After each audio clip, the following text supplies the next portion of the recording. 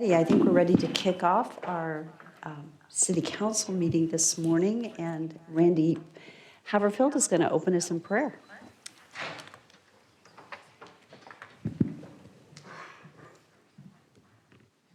Father, we thank you for this morning.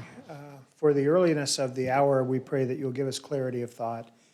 Pray that you'll give us guidance and direction in the matters that we will be discussing, and decisions that will be made this morning will be glorified in your name. And we just thank you for all that you do for our city. Thank you for the mayor and this council and the staff that put so much time and effort into trying to do things the right way and transparent way. We just give you praise for this morning, and do pray in the name of your Son, Jesus Christ. Amen. Of the United States of America, and to the republic for which it stands, one nation under God, indivisible, with liberty and justice for all. Thank you, Randy. Thank you for the food. Forgot about that. Okay, roll call. Rodriguez? Here. Bruner? Here. Changula? Here. Reynolds? Here. Haverfield? Here. And Bauer. Okay, as we get started this morning, we have just a couple of items on the agenda, but it's a full morning. We're going to start with our new business. This is considered an action item, but we're going to talk about meeting efficiency, how to manage our meetings, and especially considering sometimes we're really late. And Shar is going to walk us through this. Shar, thank you for all your work on this. Thank you. I appreciate it. Thank you. Shar Timms, City Clerk. Mark, can we?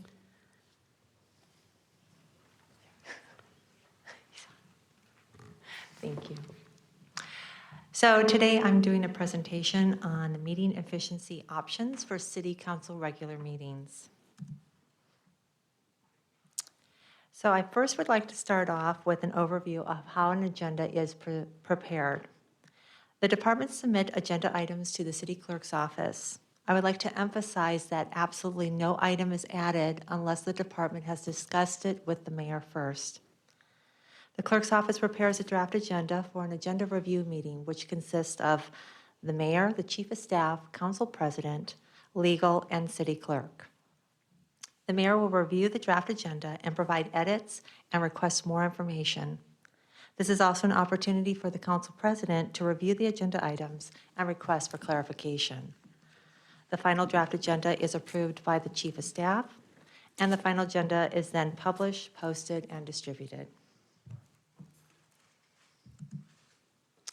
So the goals for the meeting efficiency recommendations are: 1, to utilize the council meeting time to the best advantage, to allow sufficient time for council deliberations, to increase public development, and to enhance the public's experience, particularly with public hearings. So recommendation number 1 is to change the meeting start times, to move the regular meeting start time from 5:30 to 5 p.m., to move the public hearing start time from 6:30 to 5:30 p.m. The last 8 meetings have averaged between 3 to 4 hours, and this was excluding executive session. The shortest meeting was 2 hours on November 7th, and the longest meeting, I think we all remember, was 6 hours and 22 minutes. I left at actually at midnight. I think you guys left at 12:30. So this recommendation would actually meet the following goals of allowing sufficient time for council deliberation, increasing public involvement, and enhancing the public's experience, particularly with public hearings. So recommendation number 2 is to move most contracts and agreements from new business to the consent agenda. This would meet the goal of utilizing council meeting time to the best advantage. This is a snapshot from the November 7th council meeting agenda. It is a relatively small number of new business items compared to other agendas, but it did take 30 minutes to complete 9 items.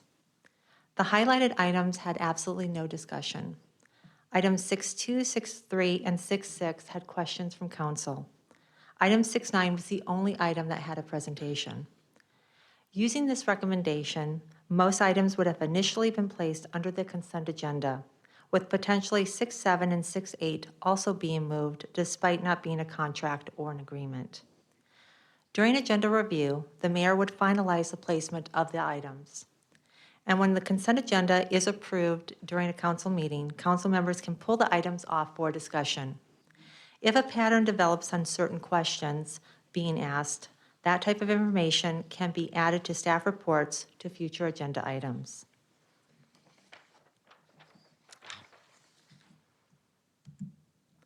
Recommendation number 3 is really regarding the public forum, which is the agenda section for public speakers that have 3 minutes to speak on items. This is an opportunity for the public to notify the council of an issue or a topic. Most items have not been noticed on the agenda, therefore, very limited interaction between council and public should occur. I suggest no PowerPoint presentations should be presented by the public, which did occur at our last meeting, and that hard copy handouts are preferred.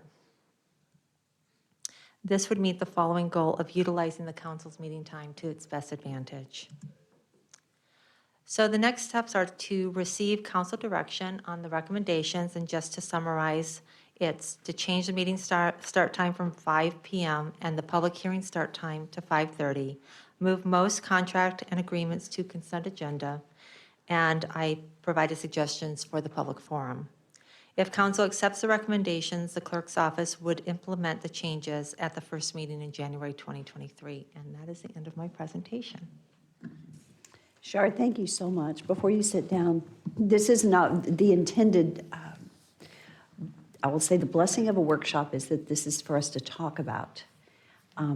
Shar is giving quite a bit of consideration, and we've talked a lot internally about how to manage our meeting. I think one thing that's really important to remember, well, 2 things happen. We meet with legal and the council president while we're putting the agenda together. If there is something that comes up that we feel like should maybe be on the agenda, we can put it on the agenda. But the council also at any time is welcome the night of to ask to have something pulled from the consent agenda and moved to the regular agenda. So that would be something that the council members could do if they felt like we needed to discuss it. But then I would also encourage council, if there are questions of staff, to please call staff before the council meeting. That saves a lot of time at the bench if we can get our questions answered the day of before we get up here. You're always welcome to call staff and ask for some clarification on items. So what do you guys think? As you hear these recommendations, what do you think? You want to hear it? Yeah, I do. Yes, I do, I should say. Sure. So I'm going to be pretty against the moving the time. We already moved it, and we moved the time. And moving the time, was it 6:30 or was it 6? We used to start at 6, and we moved it up to 5:30. So moving the time had no effect on how late we went. And I know we've gotten more things. We're busier, I get it, but now we're essentially moving that time an hour from where we used to be, and it's still, I feel like moving the time, if we don't become efficient with how we run the meetings, it's not gonna help. We could start at 2 and we'll be here till midnight if we don't get efficient with how we do things. We're getting better. I see we gotta have a set of rules and keep everyone accountable. I felt like when we first moved it from 6 to 5:30, we allowed the developers to have almost 30 minutes sometimes to speak.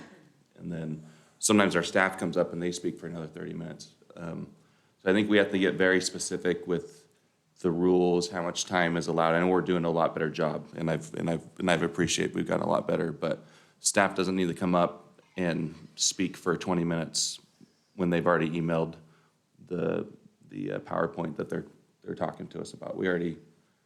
Are you referring to the staff report? Mm-hmm. Or are you referring to the public hearings? Yep. Public hearings, okay, so we could talk about that, because I'm not sure on the public hearings, because it is a public hearing, what is needed to be communicated publicly. That's a good question, what we need to go through versus, and staff reports, I don't know, that's a certainly food for thought. I would be curious, how, not that, because Shar worked with Boise, I'm going to ask her, and it doesn't matter really what other municipalities do, but I am curious. Did they do staff reports during the council meeting? It seems like it was so long ago, Madam Mayor. I Yes, didn't- they did do staff reports. They also were very conscious of the time limits. They didn't really give a time limit for staff, but for applicants, appellants, and just the public speaking, they were, we did use a timer, which is what we're using here. So I think the staff reports are maybe, usually the only staff report's Public Works, and it's usually about 5 minutes. It can be 7, but those are usually, except for we have a quarterly report on building permits and that sort of thing, which is usually about 5-ish minutes. We could put a time limit on that. And I'll say we're the blame as well, just as much as them. So a lot of times we ask a lot of questions that should have been emailed before the meeting, you know, so I'm not putting it all on them, it's us as well. But I think it's gotta be a team effort on what can we do to make meetings in the private sector. You got even businesses in Nampa that are in charge of millions of dollars, and they're doing just as much as we are, but they're doing really efficient meetings in a couple hours, and they're getting a lot done. You go to Resto Clean, go to these businesses, but it's like really detailed, organized, and it's not my strength, but I've seen it.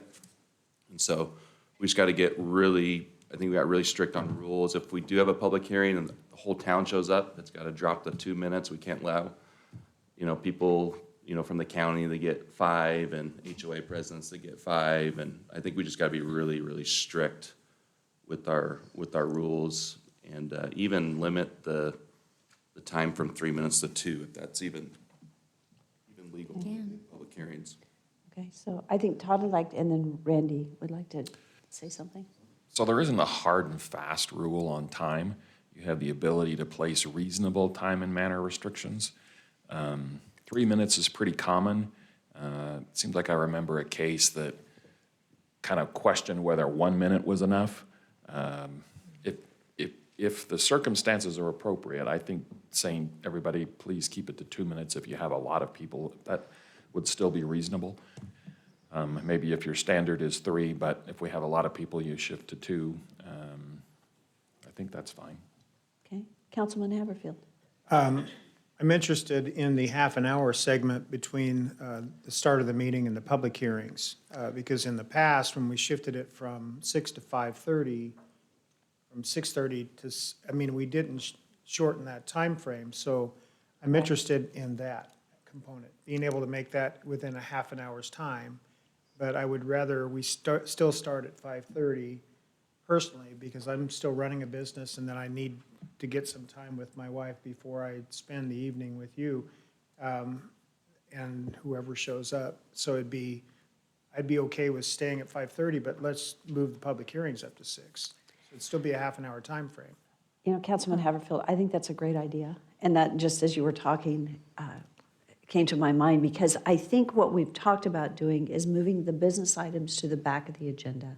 Because those are the things that, what's difficult is when we ask the public to sit here and we don't get to them until 10 o'clock sometimes. And so by keeping the time at 5:30 so that it accommodates working and getting here, then the 30 minutes, one thing that was suggested that isn't on here is that we do when we have groups come in and we acknowledge them and do all that, do that at 5 before the meeting. For those council people that can be here, that way it doesn't push our meetings even later. But I think the biggest thing that I know that I'm concerned about is the public, when they are here sitting, and they're sitting here for hours, and they're sitting here very, very late. And then when it's really late and we're making big decisions, but it's late. That's concerning, because we always want to hear from the constituents, but how do we help accommodate them also? Yes. I also think when we know that we have to look at these public hearings, and we have to have a little bit of more sense of, okay, this one's going to be a juggernaut. And then you can't put 3 other ones in the same meeting. So that'd be my suggestion too, is have someone like in charge of, all right, hypothetical, and then we don't always get them right, but a lot of times we know, okay, this one's probably gonna be a 2-hour one, so let's not add, 3 more on top of that, and just add them to the next week, because sometimes we get out super early the next week after we've gone to midnight, so I think Okay. it would help. And as well. that's something that, actually, I depend on Rodney Ashby with planning and zoning to guide a little bit. A while back, we switched our order to the order that they applied. However, because I don't sit in the meetings, but they do, the planning and zoning meeting, they have a really good idea. The question is it already noticed? Because I agree with that. If we know that you're going to have 80 people showing up, that we don't put another, we reduce the number of hearings. But have we already posted them before we know how many are coming at the planning and zoning side? Is it already calendared? Typically, we don't post it for city council until after the planning and zoning commission So meeting. we could be adjusting and, Yeah, there are some cases where we do notice them both at the same time essentially. But for the most part, we do it afterwards. It sometimes is challenging to know how many people are going to show up, even if there's nobody at planning and zoning. Sometimes the word gets out and they show up in force at city council because this is where they make that decision. But we can do the best we can and make decisions based on P and Z. Mayor, we have a little experience too, and I mean this, our wonderful citizen Cheryl, but if we know if Cheryl's involved, it's gonna be probably a long one. And but the other thing is not so much, I don't wanna put public hearings off. I disagree with that as far as another time. The thing is, we're pretty good, but use our discretion. If we feel like pretty strongly it's gonna be a short one, we put them at the front end. Do not have them. The short ones Do at not the have front them, do not have them waiting. I realize there's not as many people, but then get the word out that, hey, this is probably gonna be a fairly long one, we're starting at 6 o'clock or whatever, but it may be, you'll probably be the last on the agenda. But, we can do that. We did, because sometimes it's hard. So for example, one that we think might be easy, council may talk about it literally for 30 minutes. And so we don't know. There may not be a lot of people here, but there may be a really long discussion. And so then you've got the entire big group sitting there waiting a very long time by the time we get to that last one on the agenda. So we've gone around a couple of ways. I feel like we've tried it every which direction. And none of them are perfect. not gonna always get it right, but Okay, so the recommendation is if we think that it's going to have a lot of public testimony, to put them at the end, get the others, because it could be they're sitting here though for an hour and a half, that big group. Right. So if that's what the will of the council is, we can. that's my opinion. I just, if turnout is wonderful, but there again, inform them that maybe a little later in the agenda. Are you, Mayor, you have you are able to, if you see once the folks are here, are you able to change the order of the agenda? We typically don't change the I know order you of don't, but planning and do you have zoning. you are able to legally, right? She does have that capability. And we don't ever tell people what their order is on the public hearings. Okay. We don't give them a definite. What we say is, public hearings start at this time, and you will be heard when it comes to your project. And it's noticed in the order it is. And the reason they do that is so that, Rodney's reminded me this several times, if they were to say it wasn't ordered, then somebody may say, well, I wasn't there because I didn't think it would be heard till later. So they're very consistent. So, Todd? And then Councilman Haverfield? You have the ability, as was mentioned, to move the order around. The reason we tell them it's all at that one time is you never know if somebody may withdraw or you may change the order, so they're all responsible to be here at the beginning. If we were to tell them it's guaranteed to be in that order or something, then they might try to say, well, I didn't think I was going to be called till the end, and we can't, that's not a definitive start time, so we have to have a definitive start time legally, and then you have the ability to operate within that and shift it around as needed. Well, my concern is that somebody does come a little later, thinking that they're later on the agenda. So we'll do our best to get the order correct, which means thinking through what's, if there isn't one that has a lot of, that we think is going to have a large turnout, I think we still need to stay with the order that we put them in, which is based on the order that they come in. Because then it almost feels unfair, right? Who gets to go first and who has to sit here longer? And so that's why we went to the order that they come in, that they're being processed, that's the order they're on the agenda. So then nobody can accuse us of putting theirs last. Yeah, one other question. I know I'm also agree with the 5:30 and 6, but we do have folks that come in for action items. And Yes. then you do change the order on occasion when you see so-and-so in the audience. So that they're not waiting. So, but we're cutting this from an hour to 30 minutes. So you say, put the action items on the back end. Well, you potentially, are we able to then not start our public hearings? I mean, I realize we sometimes are 5 minutes late or whatever. Are we able legally to even start our public hearings 15, 20 minutes later if need be, if we see people are in the audience and so they don't have to wait for an action item after all the public hearings are done? Madam Mayor and Councilmember Brunner, starting late's okay, starting early is not. So if it takes a little longer to get started, that's okay. I just don't want somebody, even if I- it's one of our staff or whatever, waiting here for 3 hours for an action item. I mean, I guess they could go home and watch a ball game and come back, but, it doesn't make sense to me, so. Yeah, half hour, maybe it's compromised 45 minutes rather than half hour, I don't know, so. Madam Mayor and Councilmember Brunner, I do want to, and actually this is in response to Councilmember Bauer as well, recommendations number 1 and 2 are almost combined. That's how I feel that we can be actually very efficient and we can get a lot done in that half an hour. We're not going to have as many new business items because we're going to try and put them on consent. So my recommendation is actually to leave the agenda order as is with the new business items before the public hearing. Because if we move a lot into the consent agenda, we shouldn't have as many new business items, and we could potentially get those done, the majority of them in that half an hour. And if we do move a little 5-10 minutes late, we should still be fine. Still fine, good. And we'll watch. I'll ask staff to let me know if there are people here, and I'll also watch for them. Yes, Councilman Haverfield. I was just going to make a statement. It's more of just a process, watching the council interact with the public. The one thing I think would be helpful in a public hearing is that it's for the public to voice their thoughts. It's not for us so much to voice our thoughts at that time, but to listen. And it's almost like a game of cards. When you give away your hand too early, you're bound to lose. So listen, be respectful. Mayor, you're great at this as far as in thanking them for their time. Next person's up.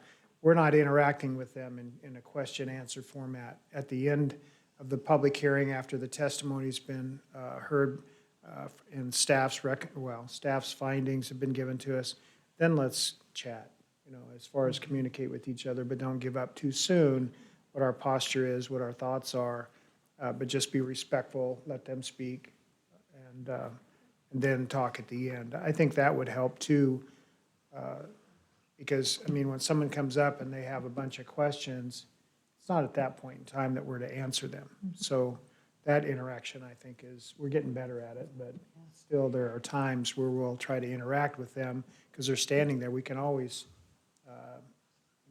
write down our questions and then at the end present those back. And then, of course, the applicant needs to be writing down, because sometimes it's the applicant, sometimes it's staff, but at the conclusion of the public hearing, then it would be their turn to come up, right? that's when we ask And the for same is true of the 3-minute time that we listen. It's a time that we don't usually talk to them. They can come present to us, but it should be short and sweet. We listen. I do sometimes say, that there's a staff member here, please connect, and because it's a good time to connect the staff to that person regarding their issue, but not usually any interchange with them. So what I think I'm hearing is keep our time at 5:30, move the public hearings up to 6, and then the suggestions for the public hearing were suggestions, and they're appreciated. And then moving the contracts, most contracts and agreements to the consent agenda. We haven't talked a lot about that. How do you feel about that? Great. Mayor? Yes. Quick question on that. How, would that include grants approval? And, because right now, grants come twice before the council. Once when we seek approval to apply for the grant, and once when we actually receive the grant. So do we need to come before the council twice on the grants? I think that's a good question. Todd, do you have a thought? That'd be a business item anyway, wouldn't it? It is a business item, but And if they're on the consent agenda, that would go more quickly, but you probably do want to have some approval to move forward, and then you still want to decide whether you want to take the grant or not. Usually That's going what into I was thinking. For the approval, that still comes before council, but when they actually get the award, it goes on the consent agenda, perhaps. Yeah, up to you how you want to structure that. okay, Mayor, I'm sorry. yes. Councilman Hefferfield. I was just and going then to say, your thought about shifting the public hearings to 6 and then moving the business items behind them. I like that idea, too. If we can't get them done. If we can get them done before, we'll get them done, and we may get them done. And we will try to make sure that anybody waiting in the audience is heard. So, yes, Councilman Bauer? I didn't mean the strong-arm council. If they want to do 5, my opinion, and it's not me, I can do 5 easy now. So it's not about me. I'm gone like in a year or whatever.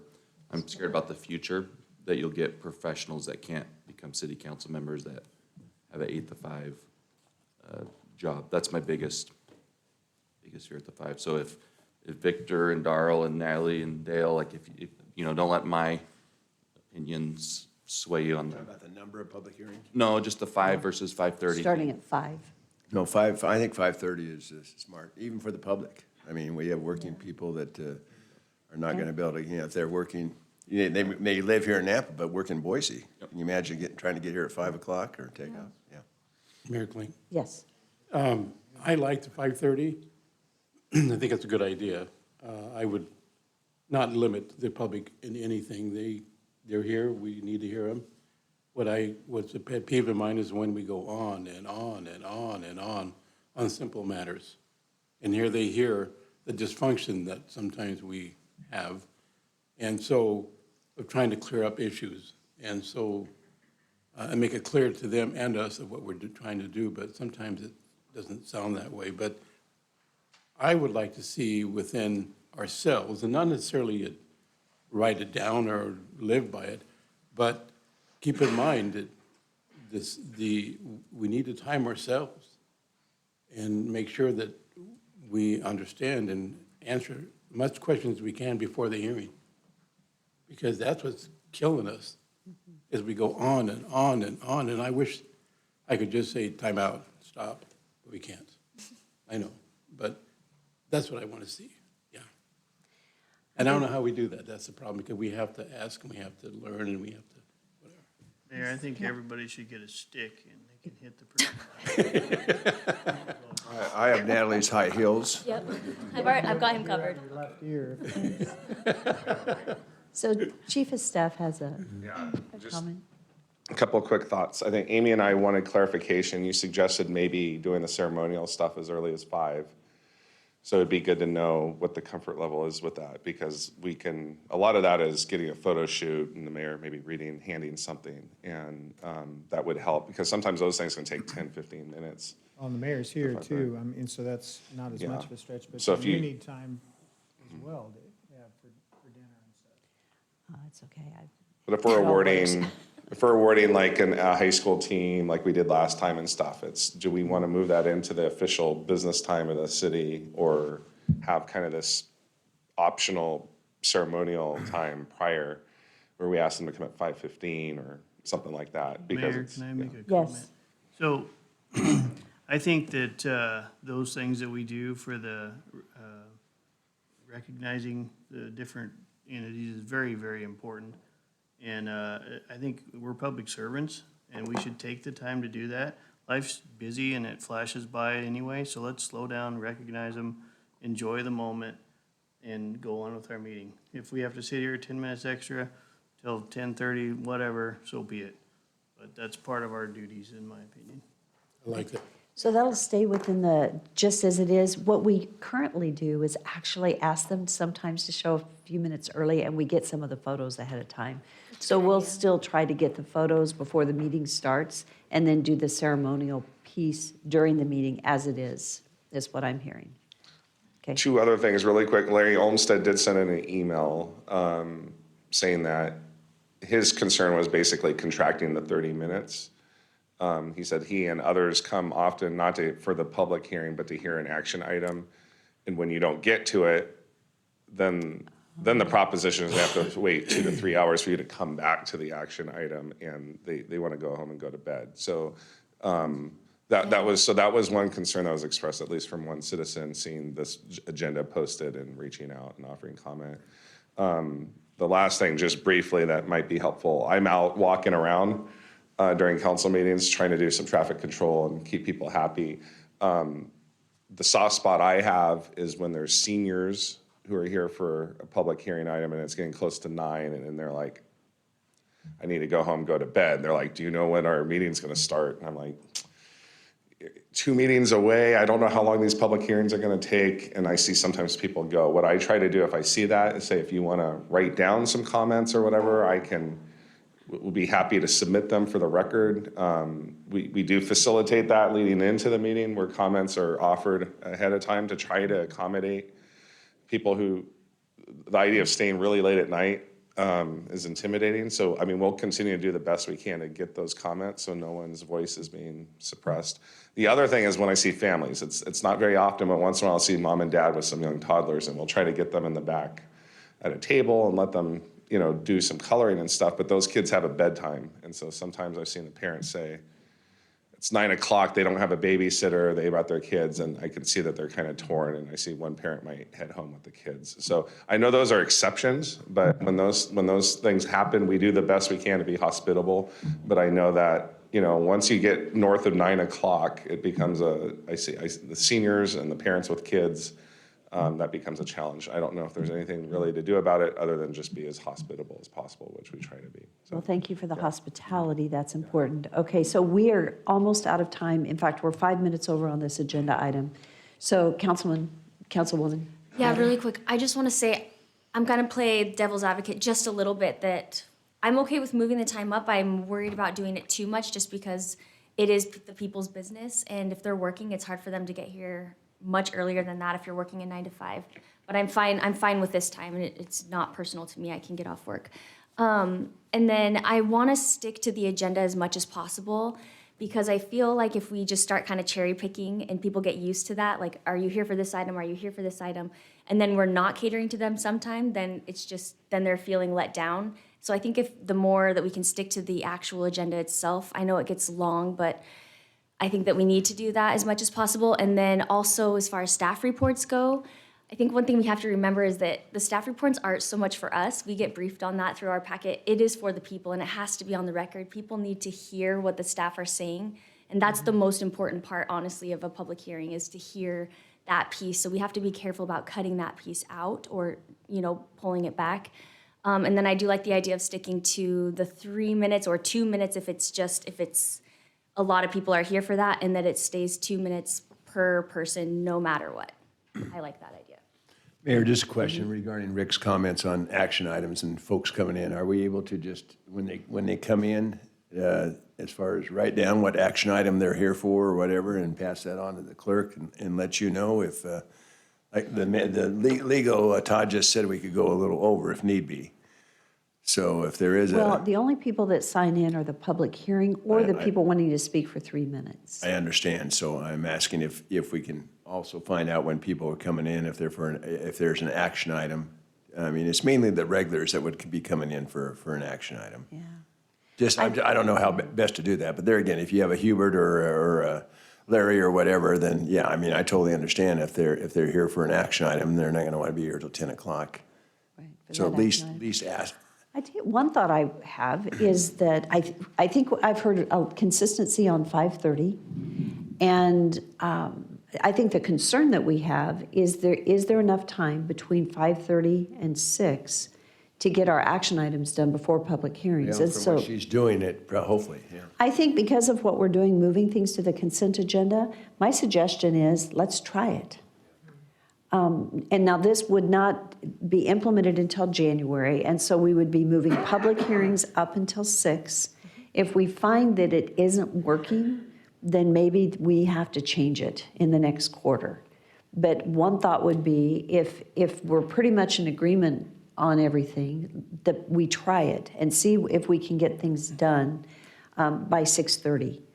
Otherwise, staff is here. The staff on most of the business items, usually it's just staff and us on a lot of those business items. Now, a lot of them are going to consent. So candidly, I think we may be able to get done and be ready by that 6 o'clock timeframe. And so I think one thought would be just to try it. Yes, Rodney? Mayor, just wanted to remind you about one thing we'll need to think about. I have to advertise these out in advance, and so if we do change that time, I need some time to advertise for that new time. So right now, we're talking about January. Okay. So we aren't implementing First anything meeting in until? January. Correct. So I think Okay. we've got that kind of time. And if it doesn't work, we would again allow that time. We would do it maybe in March or something. But so what do you think on that? What does council think based on the discussion? Are we good? Yep. Okay. So just to restate, we've talked about leaving our meeting start time at 5:30, moving the public hearings up till 6, starting the first meeting in January, and that we're going to be moving approval of a lot of contracts and agreements to the consent agenda, with the understanding that a council member is welcome, including grants. Council members are welcome to pull it off the consent agenda if they have a concern. And lastly, we're highly recommending that council get with staff if they have questions, especially on that consent agenda. So I guess for me, and this is pretty straightforward, if we didn't read the packet and we have a question and move it off just because we didn't take time to read, that one's on us, right? We need to make sure that if we have questions, we get to them and ask them before we get to the meeting. Okay? So are we all there? Okay, so I think we're there. Shar, thank you. Thank you very much. Okay, we're ready for item 1.2 on the agenda, and this is a discussion, and this is looking for guidance on mobile food vendors, food trucks, and we're going to be discussing 2 areas, the code and then licensing. Rodney and Ashby, Director of Planning and Zoning, and Shar, Director of the City Clerk, have collaborated on this, and they'll be tag teaming. Rodney, thank you. Thank you, Mayor and Council. Let's jump into what we're going to cover. We're going to, as you can see, the first thing we're going to cover is just what is our code for food vendors. What are other cities doing? What are the licenses, permits, inspections required for food vendors? And then we're going to try to talk about what is the problem, why we're here discussing this, and then provide some options for you to consider. And then hopefully you can give us some direction that we would come back to you with code changes in the future. So number 1 is, what is Nampa City Code for food vendors? We're going to talk about the definition, the location, what can't be done on that location, and the process to operate. So the definition is in our city code. As you can see here, the first definition for food vendor is kind of general. It talks about providing food and snacks and other things from a vehicle or some kind of structure that can be moved, that's not on a permanent foundation. That's probably the key words there you need to know, is not on a permanent foundation.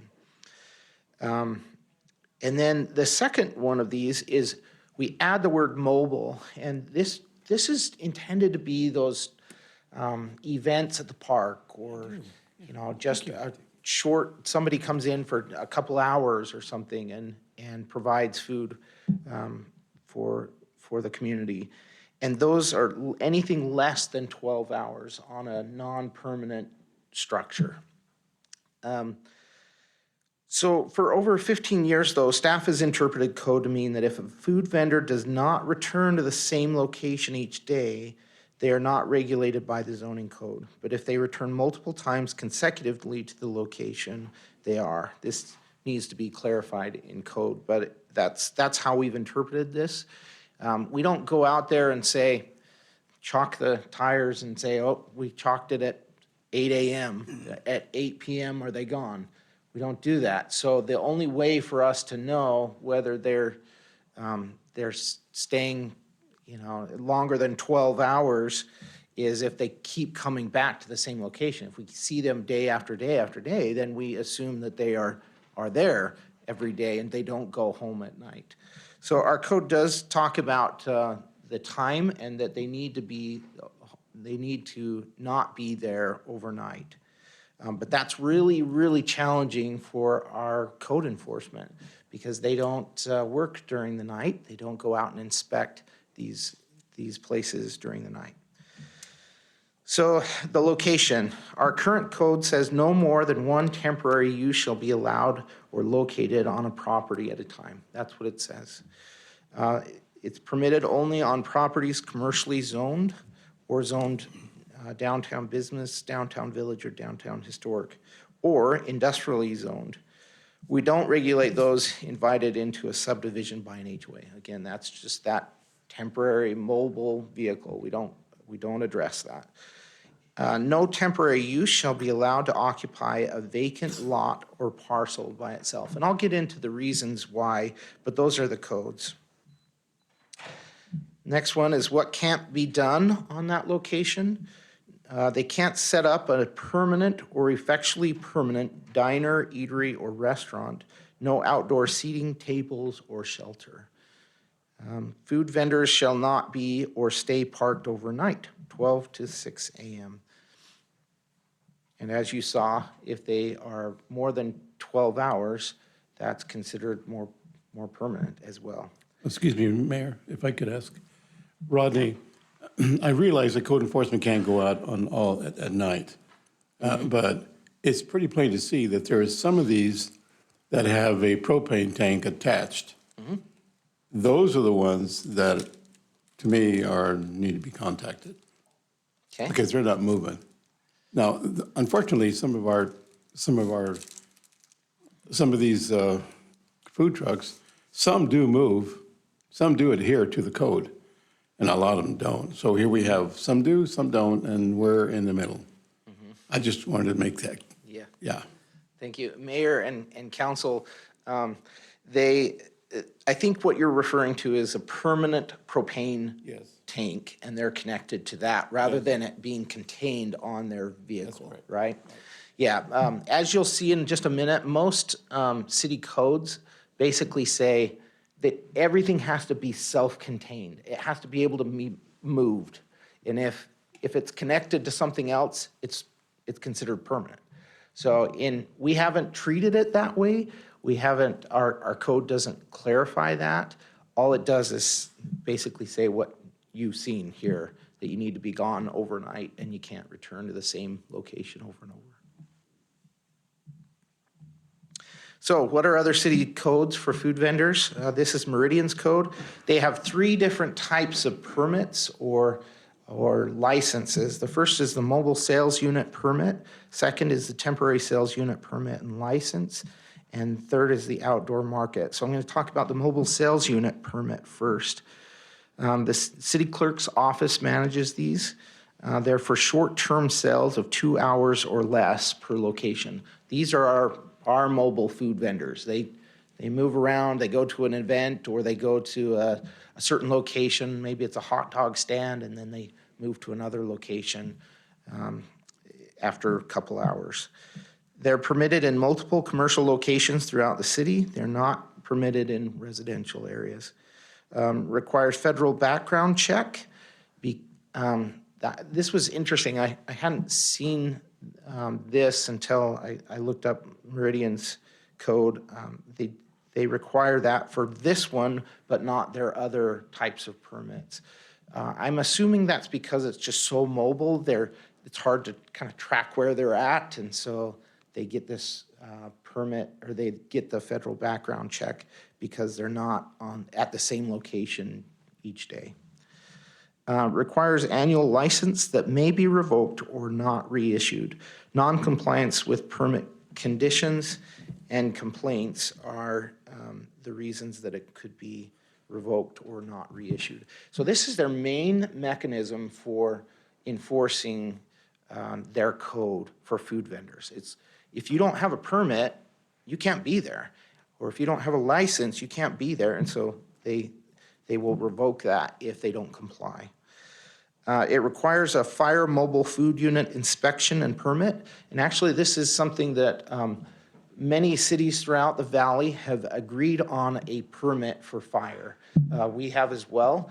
Ron is here from the fire district if you have questions about that permit, but we do the exact same thing as other communities in the valley.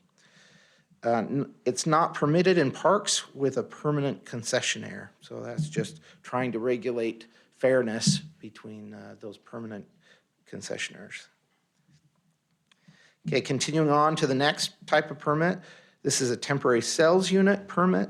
Again, the city clerk's office manages this. It's for multiple days at the same location. One permit per location, up to 120 calendar days per year. So this was different than what we've done pretty significantly there. They issued permits, states the beginning and the ending date. So that's how they track that. They keep track of that date that it's on the permit, and if they go beyond that, then code enforcement can go out and cite them. But what they said is it's mostly done by complaint basis. And I said, well, does that mean that it doesn't get enforced? And they said, no, this gets enforced regularly because it's a competition between other food vendors, and other food vendors will complain, or restaurants will complain that they're staying there long-term. It cannot be renewed on the same property. They don't want to make it permanent, so that's how they did that. No more than one temporary structure. It can't exceed 700 square feet on that property. Tables and chairs allowed with property owner approval if included on the site plan for the permit. So that's addressed up front. And if it's still providing all the required parking for the primary use on the property. So you can't have more than one on the property. You have to have a primary use on the property. And must be on a paved surface. In winter, must put in sediment traps, and in summer must provide, I can't see it there, but, oh yeah, dust control. And then finally, it has to be on commercial areas, and it requires the fire mobile food unit inspection and permit. Okay, the last one is the outdoor market. This is the city clerk's office that manages this one again, and it's for an event, allowed 1 day per week at one location. So if we had our weekly event down at Lloyd Square, that would be an allowed use at that location. It's one day per week. Its issued permit states the date. They require insurance for up to 500,000 property damage, and then it's only on commercial areas. So that's Meridian. Caldwell is quite a bit different, but I'm gonna start with saying that Caldwell, after I put all this together, I talked to Caldwell, and they got back with me, and I found out that they are revising their code. So they're trying to go to the style that Meridian is doing, because they've had problems with this code. So Rodney, for sake of time, I'm going to ask us not to go through. What I'm realizing is we're getting into some of the tactical. This is important for consideration, but I don't want to today, we may give you a guidance in a higher level to come back with suggested code. So let's not go through other ways we won't get done. Thank you. Good. Yep, and just We can review it because in it's in the summary, packet. Caldwell is, it allows them to be permanent, almost it just allows them to stay there. And they've been having problems, and so they're trying to look at that again. So what are the licenses, permits, inspections required for food vendors in the city of Nampa?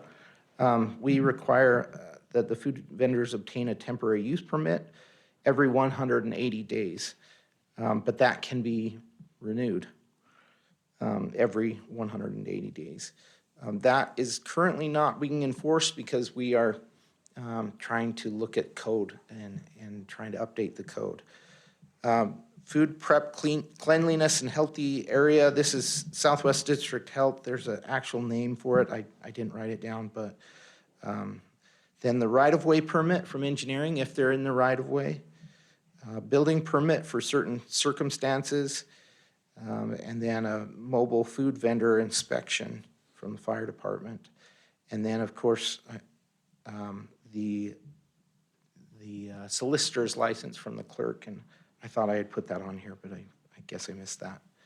So that's a little bit confusing because they go to the clerk's office and they say, I would like to do a full mobile food vendor, and the clerk's office could say, okay, you need this solicitor's license. And then we go through that process, but maybe they don't know that they need to come over to planning and zoning and get a temporary use permit that determines where they can be located and how long. So that's a little bit confusing. And this is all the same thing, it's just more detailed. Yep, exactly. It's in our packet. What is the problem we are trying to fix? Well, I've heard this several times, and I thought this applied here. No decision is a decision. If we don't make a decision on enforcing, or we don't make a decision on code changes, then it is a decision, and we're allowing it to continue. If there's a problem, then perhaps we need to address it. So we have had complaints from restaurants about the food vendors' customers' use of parking, their own parking that they put in, bathrooms, access, cleanliness, etc. Complaints that they have to follow code, but food trucks don't. So that's a challenge. We've also had complaints from the food trucks claiming that if we enforce this code, then it undermines their investment and doesn't allow an incubator scenario where they're trying to get their business going. So you've got this balancing I need a act. quick education. Of course, years and years ago, being in the restaurant business. So are these food trucks allowed to park in restaurant parking lots?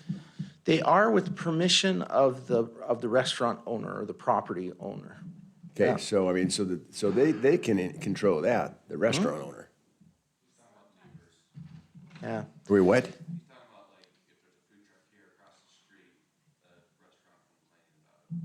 And they're coming in and using their restrooms and so on. And the parking, but. So it's not, so we're not talking about, okay. Yeah. It's good. My thought, oh man, what are these guys? I mean, they can control it themselves if it's their own parking lot. Okay, thanks. Often it's not, so. Okay, so if we say no to something, we say yes to something else. I've heard this statement just recently too. So no enforcement, it may mean that we have permanent trucks, food trucks, an expansion of those uses. It may also mean that yes to structures not compliant with safe operating practices and codes. We've seen some of that, where they're dumping into our storm drain system where they shouldn't be, and they don't have the permits to. And so that's a little bit scary. If we're not regulating that, that's concerning. Or maybe they're connecting to electricity in an unsafe manner. So part of the reason we regulate this is for safety. It also might mean yes to permanent businesses that don't improve the property and don't pay property taxes. They don't, and it's not an improvement on the property to have a food truck on that property. So a restaurant owner may say, hey, I'm paying property taxes for my building. I put this in, I'm paying property taxes. This helps to support our roads, this helps to support traffic mitigation, police and fire, and they're not. And they still get calls, they still get customers coming to their business on our roads. So that is a concern. Yes to conflict between businesses over that parking, bathroom, property maintenance. We may continue to see that. So city may be incentivizing a lack of investment in the community because if we allow food trucks, it means that they don't make sidewalk improvements. They don't have to dedicate the right-of-way if necessary. They're not paving their parking lot. So there's a lot of improvements the regular restaurant owner would have to make to that property, and that's expensive, but a food truck doesn't have to do that. The current approach may not ensure the following are met, and I'm just going to go through these quickly. Maintain a safe and healthy environment where people prosper. Create a fair environment for businesses to operate in. Ensure businesses contribute financially to provide the city services they receive. Ensure Nampa is a clean community. Create a walkable community, sidewalk improvements. Encourage landscaping in business areas. Minimize dust in the area and mud on the right-of-way. Enforcement of city code is fair, reliable, and possible. That last one is challenging. We have to have a code that it's enforceable, that we can actually follow through with it. I think we can look now at some code change options. The first option we have to consider is do we even regulate these? Maybe we don't, and that's okay. Staff is not advocating for one direction. If you give us that direction to not regulate, then we will move forward. The other option is you could allow permanent, semi-permanent locations of food trucks with certain standards. So they meet these standards, maybe they have a permit, and they are allowed to be there long-term. You could allow food truck courts. You could require licensing and permitting so that when the enforcement is revoking that license. You could limit the number of days at one location, no longer regulate overnight stays so that we don't get into that issue with overnight stays. We just say, okay, they were here at this point, they're still here at this point, they shouldn't be there.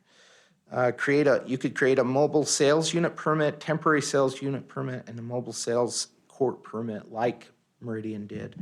I thought that that was a decent way to approach it, but that's just my thoughts. So I think Mayor, Char's. I'm prolonging it, but food truck courts, explain that to me. Is that something where like there'd be like a north, south, east, west, where there'd be actually land designated for food trucks, where multiple food trucks could gather together? Correct, that's right. Okay, and is somebody in the area, is Meridian or anyone else doing that? Yeah, I know Boise does it, Meridian does it. So they do not allow food trucks just anywhere they have to be in a designated area? Yeah, or they allow both. Mesa, Arizona does. Mason, and just a personal, just off the cuff here, I like that idea. If we have space where we can, because you can control then everything right there. You're not code enforcement's not going everywhere across the city for every complaint or whatever the case might be. So anyway. Thank you. So that's Okay, that's Rodney, thank you. So Yeah. what we're going to do, we want to allow time to talk, and so we have a hard stop at 8:30. So what we realize is that there's two separate issues here. One is the code, the other is licensing. And the way we're licensing, I've appreciated Char's attention to looking at also the licensing side of it. So she's going to go over some licensing things, and then we want to have time to talk about where do we go from here. Thank you, Thank you, Madam Shar. Mayor. you, Shar Rodney. Tim, City Clerk. My presentation is actually extremely brief regarding the licensing and permitting. So really, my recommendation is to create a new license. Right now, the food trucks, they are, for lack of a better word, they're buried into our peddlers and solicitors code. What I'd like to do is create a brand-new license, perhaps called mobile food vendors.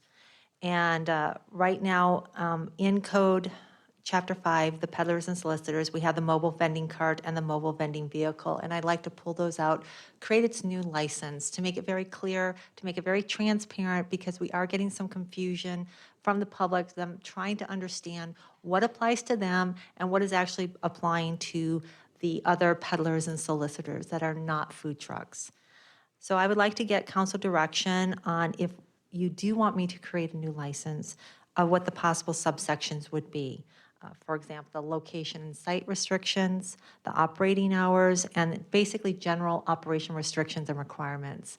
And we could also put in there if they violated their license or the requirements that we have a way to revoke the license or not issue the license for the following year. And this is just a very in-depth table of some of the other jurisdictions. Nate did a really great job. He went to all the various sites for the cities that are listed on the left, and you'll see Napa's highlighted. The one that seems to have incorporated most of the items that we're looking at on the top regarding the limit of hours of operation, the health certification, the background check, enforcement, location requirements is Twin Falls. And so we could use them as a basis or use Meridian as a basis if you like. But basically, I'm just looking for direction, and based on that direction, I can prepare a draft ordinance amendment and bring it to you for a public hearing.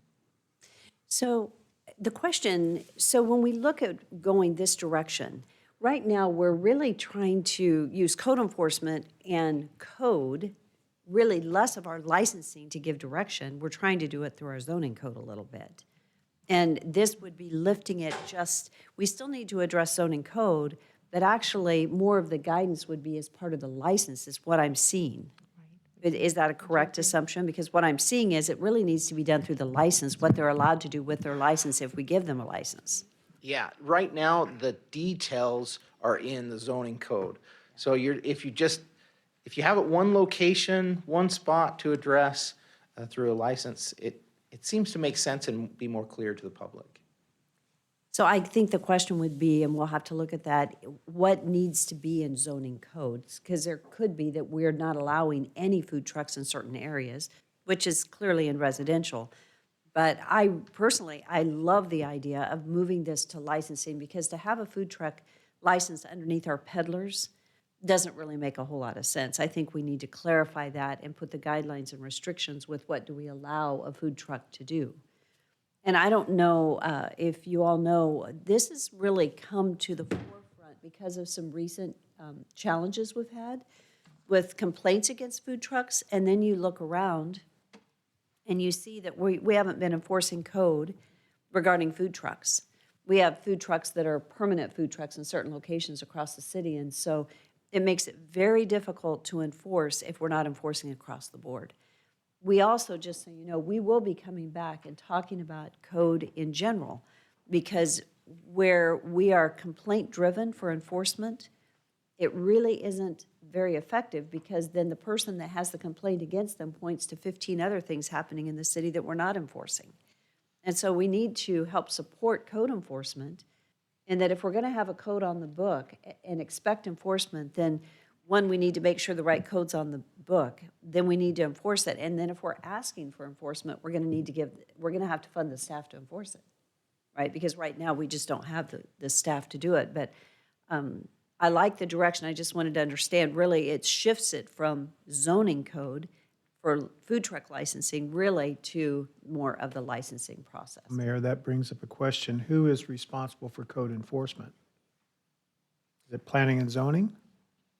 Who is it? It's our code enforcement team. So Kent are Lovelace is back they connected back through any medium as far as to P and Z? I mean, if the ordinance are there, I mean, if there's enforceable information provided, but it's not being enforced, that's shame on us. Well, but that's been, a lot of our code enforcement actually is complaint-driven, because we have never staffed, since I've been here, we were short-staffed in code enforcement, and we didn't have the funding. For 5 years, and now we've continued to grow, and we do not have enough staff to actually go around and enforce all the codes that we have on the books. And I can say we recently made a change to RV parking. And I think we need to come back and revisit that, because I don't know that we took into consideration if we're going to actually enforce that. Because there's hundreds of RVs across the city, And are we going to enforce just because one person had a complaint by their neighbor? And they've been allowed to park there for umpteen years, and now they say that they can't, which means they can't. I mean, it's a massive impact. And so I think we need to take serious consideration. But Kent, I'll let you speak to enforcement on these food trucks. Madam Mayor, Council, you're exactly right. It's been a challenge. The staffing level is not there in order to do regular inspections for that. And that's what we're facing within code enforcement. Whatever you guys decide is what we will do. But I think it needs to be tightened up a little bit so we can move forward with clear direction. Mayor, just quickly, just personal opinion again, but if to me, we do not, and maybe you need to look at the ordinances that are on the book, but if we're not able to enforce, that's the same with police ordinances and so on. If we don't have the manpower to enforce, then in my opinion, they shouldn't be on the books. That's the first thing we need to be looking at. Are we able to enforce before we put an ordinance in place? And I guess that they're again back on this food trucks, and Ken, you can speak to it. To me, though, if you have certain areas where if you need to check on something, you can go to that area, A, B, C, D.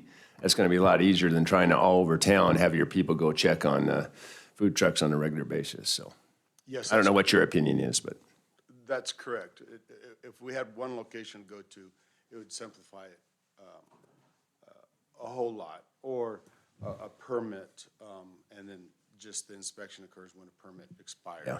Or there's violation. just quick, maybe it has nothing to do with us. Is Southwest Health District, are they doing food inspections on a regular basis, or do we know? I'm seeing do you have any idea how often? I know in the restaurant business, they'd be in there at least three to four times a year. Yeah, I looked into this, and so it was the first time that they get it, they do an inspection, and then they say that they're supposed to do annual inspections, but I don't think that that's actually happening.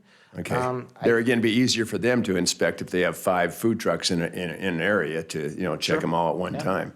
Normally, they don't let them know when they're coming, but yeah. Yeah. I realize the first one's the unlucky one, but okay.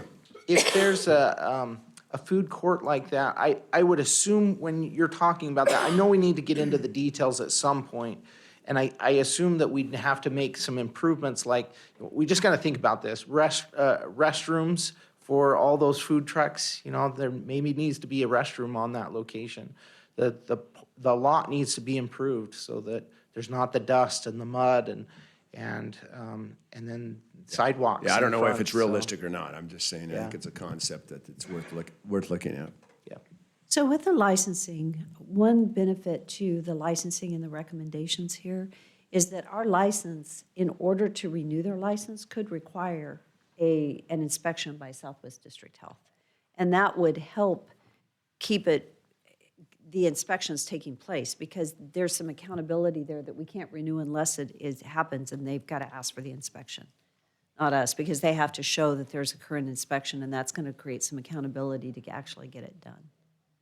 So I'm not sure where to go from here, but we have a problem that we need to address, and that is a food truck that, according to our code, needed to leave. And we gave them an extension to have this discussion about what we're doing with mobile food trucks, because it really it was real problematic, what was happening, and with all the guidelines that are in place and how we're going to enforce them. And if we're going to have the code, we need to notify people and we need to enforce the code, but we can't selectively enforce. And in this case, we were almost selectively enforcing at that location when we looked around the city, and there were others that had been sitting in the same location for years. And so I think as a whole, from the council, we need to address that. Councilman Haverfield. I agree. I think creating the new license makes sense. Can you pull back up the Twin Falls?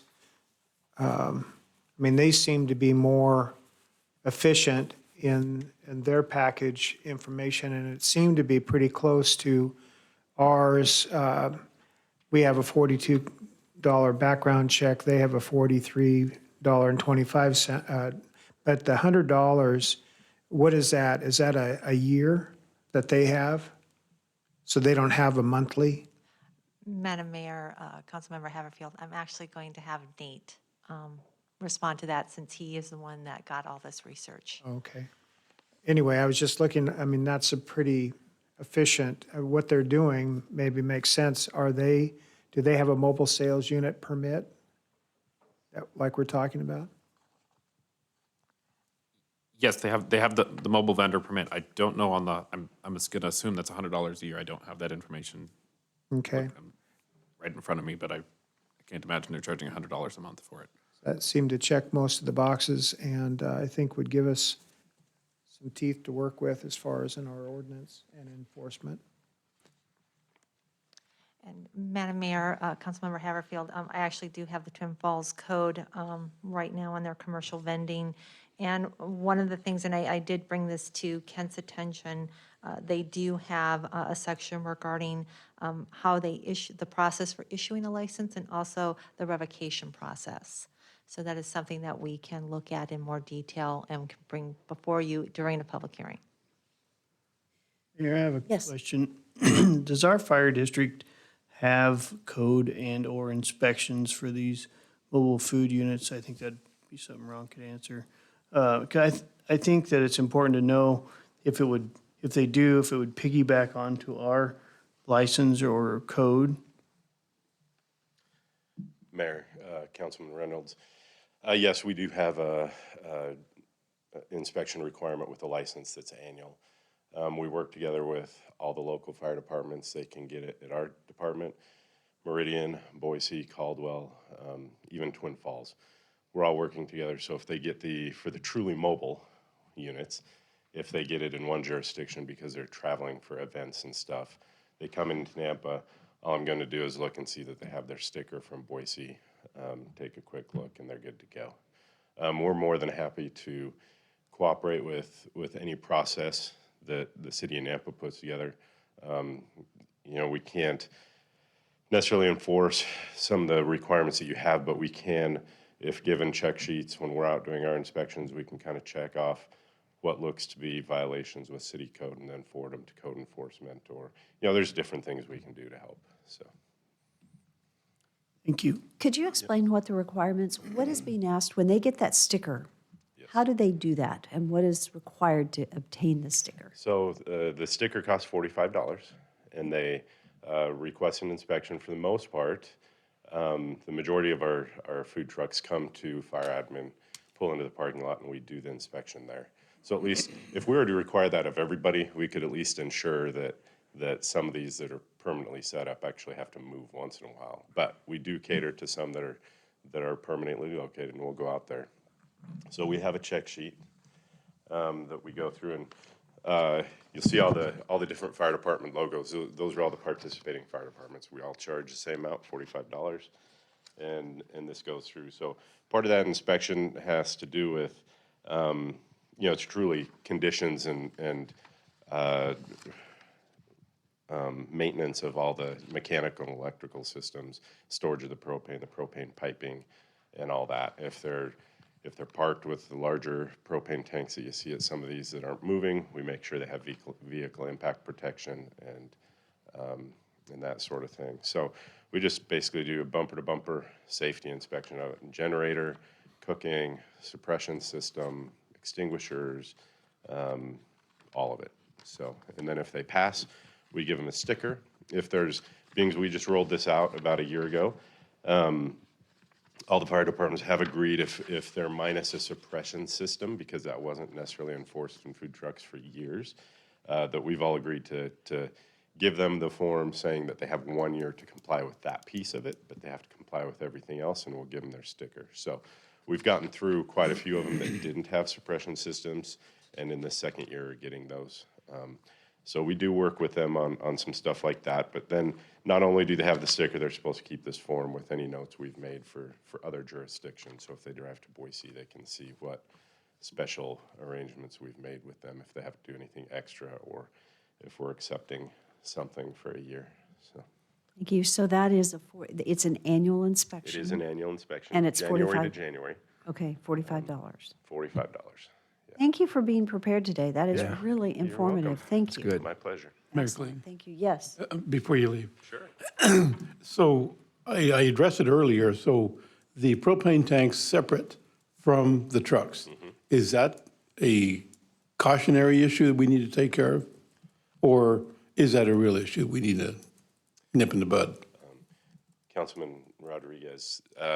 So when they do that, there are fire code regulations that come into play. And so we do have limitations on the size of the tank, where they can place that in relation to lot lines and other tanks and buildings and having vehicle impact protection. So as long as we're aware that it's there and they're following our code, it's not necessarily a concern. The concerning ones would be, it's a permanently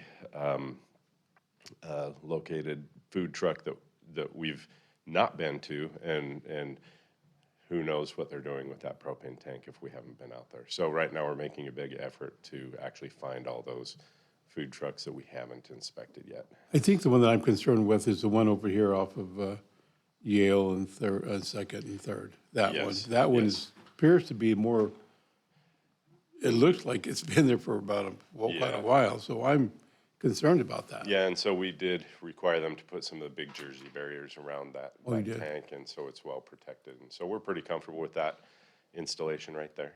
I see. Mayor? Yes. Brings up a question as far as, and maybe Rodney can answer it, as far as water and sewer connections, are they being allowed to tap the municipal systems for water and sewer? Mayor and council, that's a little bit complicated question. I know it shouldn't be, but over time, we have allowed some to tap in. And they sometimes will have a building permit for it. And so that structure then becomes a permanent structure. And So they're that's- providing pretreatment as far as for anything that goes into the sewer system? In rare cases, that's true. Most Rare that cases, they are, or rare that they are not? most cases, they don't connect to our systems. See, and that's where I think the restaurants are probably major, I mean, that's a major component of a restaurant, is the pretreatment back into the sewer system, solids, oils, different things that can become a solid and block lines. So if they're not being held to the same standard, if the Ansel systems aren't in their hoods as far as for oil-laden, whatever, it becomes a very dangerous situation. And as a city, we're taking on an affluent that we shouldn't be. Potentially, or they're disposing of it somewhere else. Yeah, that's what they do. If they are, If but if they're in a permanent location, Madam Mayor, Yes. Council, can I speak to that? Whoa. And go ahead and announce who you are, just since no one This can. is Daniel Hi, over in Daniel. engineering. Yeah. So the only one that has connected to sewer and water is the Thai place on the boulevard. They're the only one that has done that. They've paid the fees. They have the proper grease interceptor. It's not a large tank. It's one of the under sink type of units. And they are the only one that has elected to actually connect to the city water and sewer. Mayor, may I ask Todd a question, please, legal? So the other restaurants' complaints is that they're paying property taxes. From a state standpoint, legally, are we able to charge a permanent food truck property taxes? What's the ordinance on? Madam Mayor and Councilmember Bruder, my first reaction is no, that they don't own the property. They're located on property.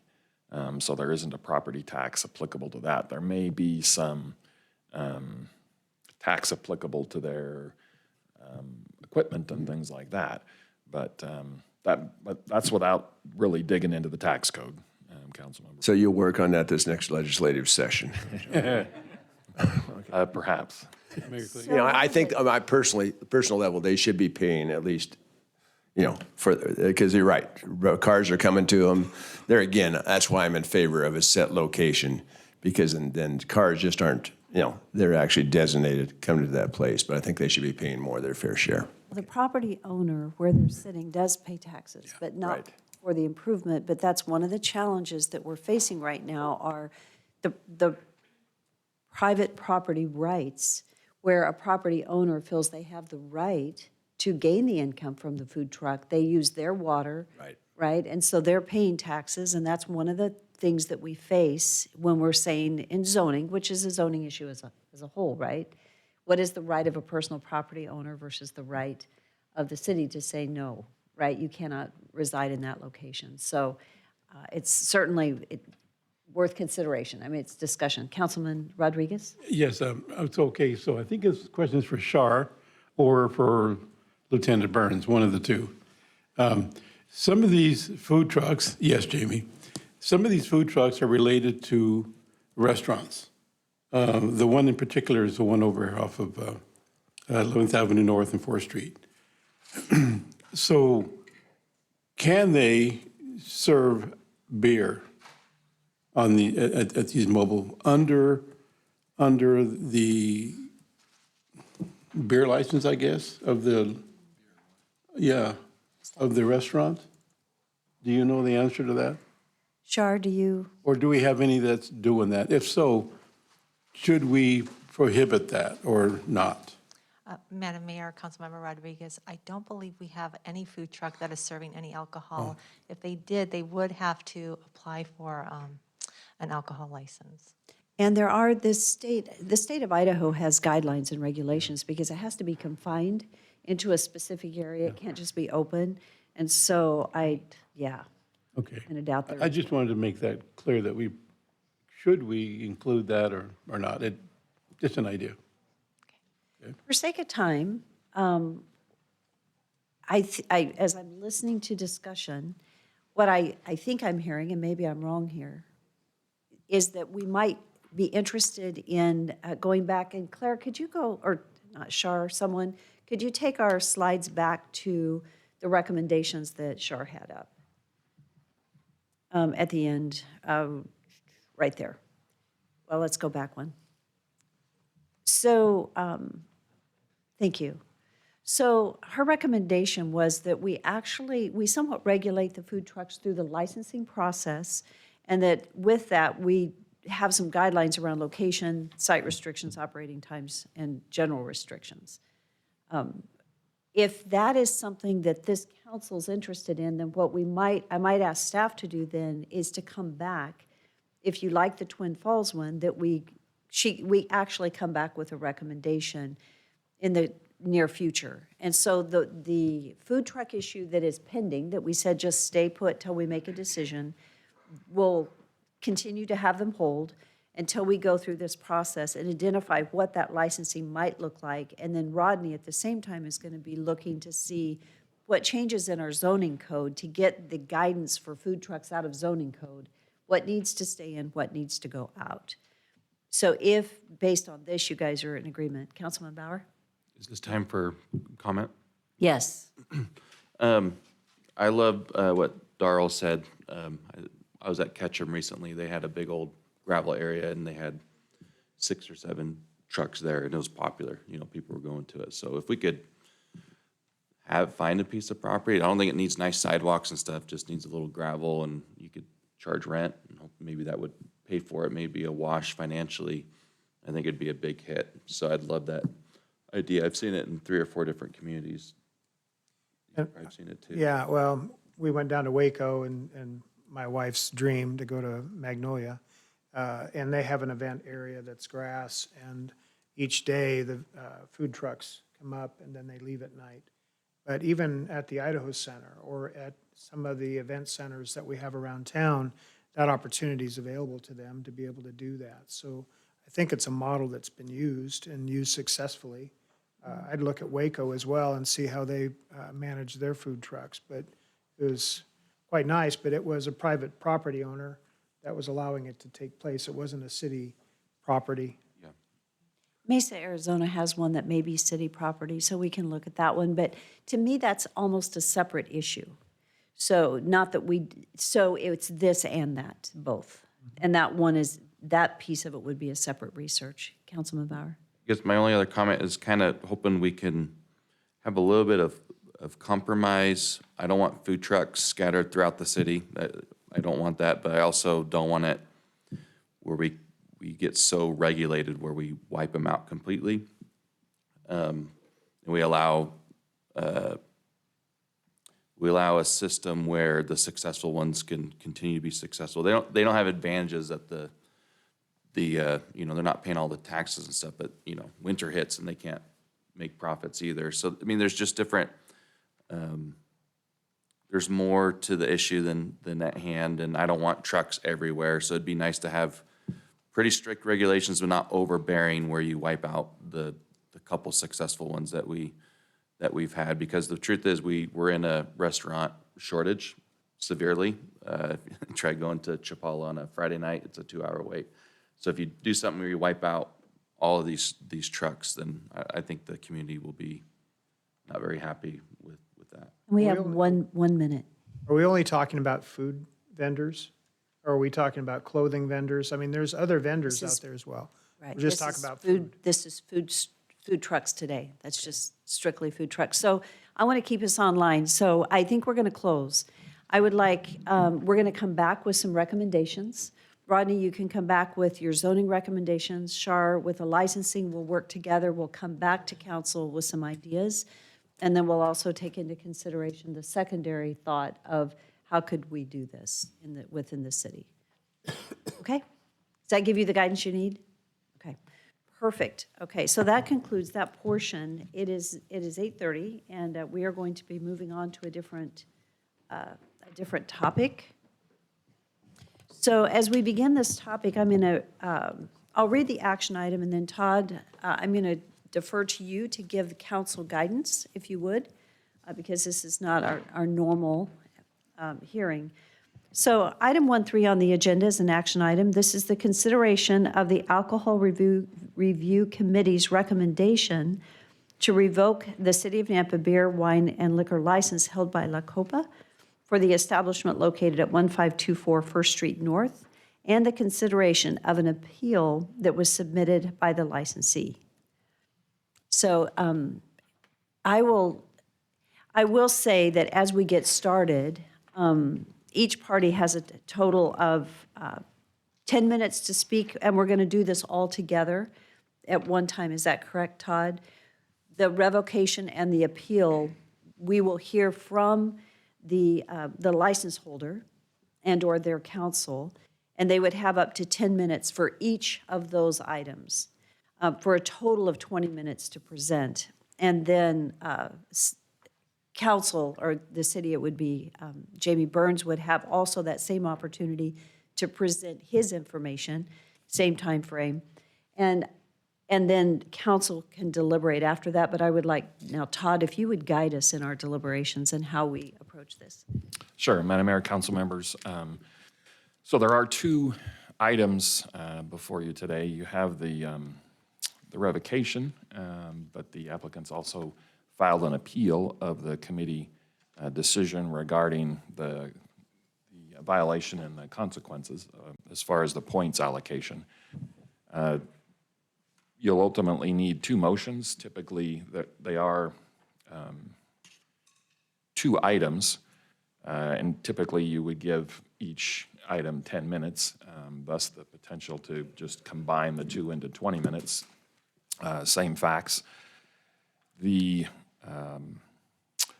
issue before you is whether the licensee or employee or their agent of the licensee committed any of the violations that are provided in code. And then the licensee is also responsible to exercise proper control, and so any of those failures can be imputed to the licensee. The conduct doesn't have to result in a criminal conviction. That's a different standard and a different venue. Just to remind you again, the code provides for violations, and they have point ranges based on those violations, and they have a range as you look at the total points of severity from minor to significant to major, and the consequences for those are laid out. The recommendation and the points assessed were for a major violation and thus the potential revocation. You have, again, the things that are before you. I'd suggest that when you get around to the end, that you address the appeal first. Have a motion on that. If your decision is to do something different with the point total or the consequences from the committee, that may impact the revocation decision, which is the second motion. On the appeal, you have the ability to affirm the decision of the committee, to overturn the decision of the committee, or to modify that decision. So, and then once you make the decision, then the council has to issue written findings on that decision. And as always, if the council, there's no, you can ask questions of those that are presenting. The representative for the committee goes first, the appellant and the licensee goes second. And as I said, 20 minutes each. You can ask questions of them. They don't ask questions of you. This is for you to make your kind of factual determination. And I would always, as always, ask that you kind of explain that when we get around to the decision portion today. I think I just heard you say that it's okay for council to ask the license holder questions. Correct. We can do that. We want Okay. to. I was thinking we couldn't, more of a jury type situation. Because this is a judicial, this is different than a public hearing on a land use issue, but we are allowed to do that. Madam Mayor, it's not a land use case, but it is a hearing. You have the ability to ask questions. Okay. Okay. So with that, I think it sounds like we will begin with Jamie Burns. We'll go first, and thank you, Jamie. And thank you, Jamie, for going ahead and stating your name and who you are representing. Absolutely. For the record. So I'm Lieutenant Burns with the Nampa Police Department, and first I'd like to thank Mayor and Council for allowing me to present regarding this hearing. I do currently chair the City of Nampa Alcohol Review Committee, and as far as this incident is concerned, on October 20th of 2022, I submitted an incident report to the Alcohol Review Committee after receiving information about the La Copa Bar from Nampa police officers regarding a possible city ordinance and license violation with that location, and that is located at 1524 First Street North. That is in the city of Nampa, County of Canyon, State of Idaho. La Copa Bar is an establishment licensed to sell liquor, beer, and/or wine in the city of Nampa. On the 26th of October 2022, the Alcohol Review Committee met and reviewed the incident report I had submitted. And I'll just quickly read the details of that report. On October 1st of 2022, at approximately 11:43 p.m., the Nampa Police Department responded to the La Copa Bar to perform a bar compliance check, or a bar check as we called it. Once on scene, officers made contact with several of the bar patrons, asking them for identification while consuming alcoholic beverages at the bar. Nampa Police Officer Tucker indicated in his report there were approximately 100 patrons in the establishment when officers went inside. Officer Tucker states in his report there were 12 subjects in the establishment without identification. Officer Tucker also states in his report there were at least 4 liquor bottles that did not have the required Idaho State Division tax stamp attached to the bottle out of the 20 bottles inspected. Contact was made with the bartender / owner, Maria Gonzalez, who told Officer Tucker that the stamps must have rubbed off. During the committee meeting on the 26th, a motion was moved and seconded by the committee acknowledging there was a violation of Nampa City Ordinance 5-12-17, subsection 3B, specifically under the alcohol regulations section, where a 0.5 to 2 points can be assessed per violation. Another motion was moved and seconded by the committee to assess 1 point per violation of patrons failing to identify themselves, and a half a point for the missing tax stamps on the bottles. So a total of 14 points were assessed by the Alcohol Review Committee. This placed Lacopa in the major classification regarding points assessed. The Alcohol Review Committee at that point in time agreed to a one-year license probation, during which no further violations are to occur. Recommendation to the City Council, Nampa City Council, to revoke the current City of Nampa alcohol license held by Lacopa Bar. Or in lieu of revocation, the City of Nampa alcohol license held by Lacopa be suspended for 30 days. So that is the what happened during the committee meeting. In preparation for this hearing, I reviewed declarations provided to the City Council by Lacopa employees regarding this incident. I reviewed officer videos as well, and then spoke with officers who responded directly to this call. The first point I'd like to make to City Council and Mayor is the declarations provided indicating that there was 100% compliance on identification checks is not true. In reviewing the videos, the 12 violations indicated in Officer Tucker's report are just by that officer. As I reviewed videos, there's actually more. There were other officers, 8 officers total that responded to the bar for the compliance checks. And there were other officers that were not indicated in our incident report that had people leave because they didn't have identification either. One thing that really stood out to me was there was one patron that was there. It's very well known to the Nampa Police Department. She did not have ID. She said she doesn't bring her ID. She's a regular patron to the bar. She identified herself in the video to the officer. He wrote her name down. She was asked to leave. She actually, she requested to be summoned instead of leaving, but we made her leave instead. Everybody that was identified not having identification with him was asked to leave in lieu of getting a summons that night for the violation. After interviewing one of the officers also involved in this, I don't know if it was regarding this patron or not. It was indicated to him that one of the employees made a statement that there were several patrons that were there at the establishment that are regulars, and that meant to him that they're regulars and their identifications were not checked, and potentially why they didn't have ID with them. Several patrons in the videos told officers that their identifications were out in their vehicles. They were allowed to go retrieve them. There were at least 6 or 7 that I can remember on the videos of the officers that went out to retrieve their licenses. 3 of them did return. The rest of them decided not to come back. But they did have their IDs out in their car, which is an indication that they weren't asked for ID when they went into the establishment.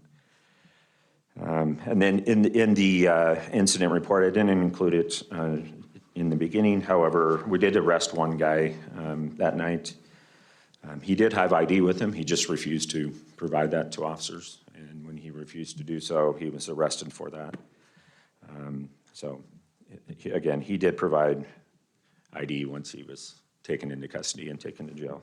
They found identification on him. Regarding the bottles missing the tax stamps, Maria, the bar owner, admits in her declaration that they were not on the bottles, and she destroyed the bottles after the officers pointed them out to her.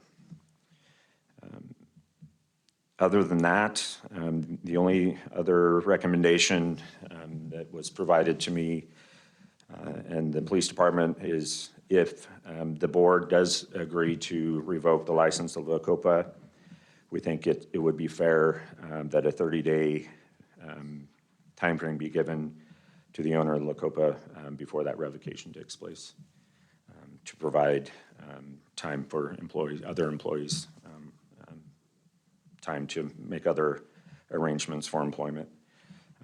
And with that, I'd like to thank the mayor and council for letting me come and speak on this. And if anybody has any questions, I'm open for that. Thank you, Lieutenant Burns. Council, do you have any questions? Mayor, I do. Yes. Lieutenant Burns, in their argument, they said that the actual police report or any evidence did not appear to have been provided to the ARC in connection with the deliberation in this matter. Was that provided to them? To the ARC, to Yeah. the Alcohol Review Committee? Correct. So I just write an incident report, which I believe all mayor and council have currently. We do not provide actual reports to the Alcohol Review Committee, and from previous incidents like this, it becomes cumbersome. It's just a brief overview of the incident, and so no reports were provided to the ARC. Okay. And then also their lack of due process section where it says, due to the process under Idaho's Constitution requires timely and adequate notice of the opportunity to be heard. Is it your understanding that that does follow Idaho constitutional law? Did they have enough time? I know we followed the regulation, the city ordinance as far as giving them notice for both the revocation hearing and the appeal process. That's it for me, thanks. Thank you. Any other questions? And then the exact dates actually are in our packet in the time, and so we did follow. The dates were given. They were giving adequate notice according to our ordinance that is in place. So they were aware. Yeah, we hand-delivered and mailed notices as well. Thank you. Thank you. No other questions? Okay, thank you very much.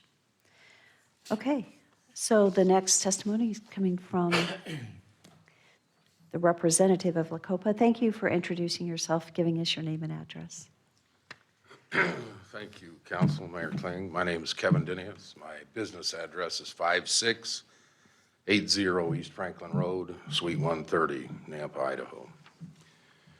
Well, I think we've seen firsthand this morning the primary issues that I've raised in the written appeal, and that is the lack of constitutionality of this alcoholic license point system. Lieutenant Burns is up here talking about his ability to review reports and videos and further information, none of which was supplied to the ARC initially.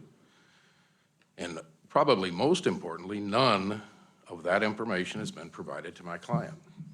That's a fundamental concept of due process, is to know the evidence that is being alleged against you. And the issue at hand is significant to Ms. Gonzalez. The revocation of her liquor license impacts her very livelihood and the livelihood of her employees. So it is a big deal, and due process does matter. I want to talk about the procedures. I've indicated again in my written appeal, the procedures employed by the ARC feel pretty random. They made a decision to assess 1 point per these alleged customers that didn't show ID. First, we don't know that they didn't have ID. The officers are saying they didn't show it, but we know the one that was arrested for failing to identify actually had identity on him. He just didn't want to show it. I don't know how that conduct can be imputed to Ms. Gonzalez. At the beginning of this portion of your work this morning, City Attorney Lakey indicated that the licensee can be held responsible for obviously their conduct and the conduct of their employees and agents. And that's consistent with the ordinance. You have a specific ordinance that says a licensee is responsible for acts or failures to act of its employees and agents. These 12 patrons are not employees or agents. Ms. Gonzalez nor the employees at LaCopa had any way to control those interactions with the police. It's just, it's fundamentally wrong to impute that behavior or that decision to the licensee in this situation.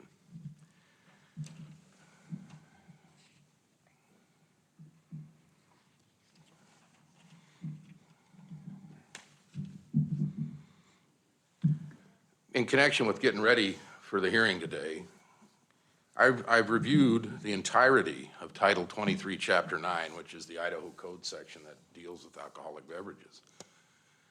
Likewise, the director of the state police is tasked with oversight and has promulgated administrative rules. Nowhere in Title 23 and nowhere in any of the IDAPA rules is there any requirement for a bar owner licensee to ensure that everyone in the establishment has an ID.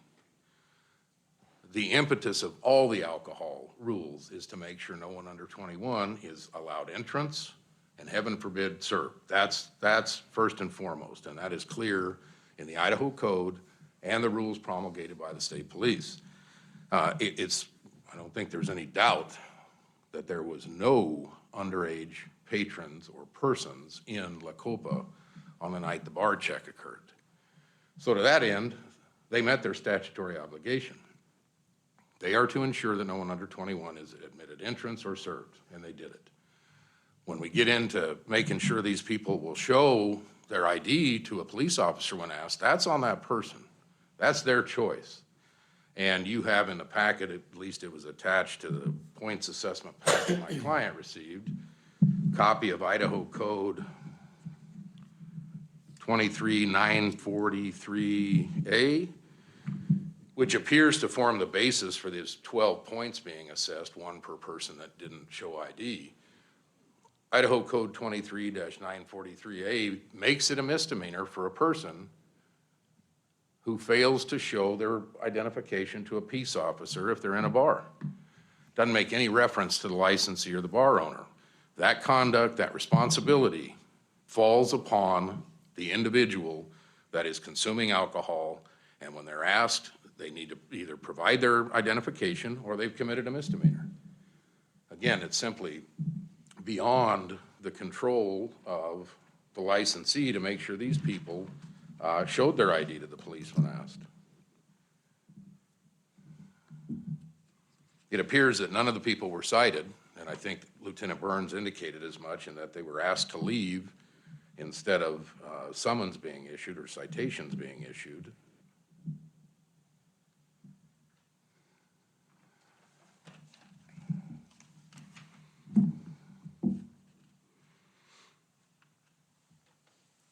So from an overall perspective, I do believe the ordinance and the ARC's procedures are constitutionally flawed. I think it's inherently unfair to talk about video and other evidence that is being reviewed in connection with making a decision that is not shared with the very person who will bear the consequence of that decision. As implemented, I pointed out in my written brief, I think it's arbitrary and capricious kind of how these points are assessed, right? The decision was made to assess 1 point per individual who purportedly did not show their identification, and yet there are prior ARC decisions for serving alcohol to minors where the point assessment was a half. That seems not very equitable given the nature of the offense. The city's ordinances, state law are designed to keep alcohol out of the hands of folks under 21. We have a situation or situations that have occurred in the city where that happened, where people under 21 were served and the licensees were held accountable for it, and yet they're cited fewer points than La Copa is being cited for alleged inaction or violations of law over which it had no control. So for those reasons, and I won't belabor the factual issues, I do think La Copa's procedures are adequate, satisfactory to ensure no one under 21 is getting in the bar.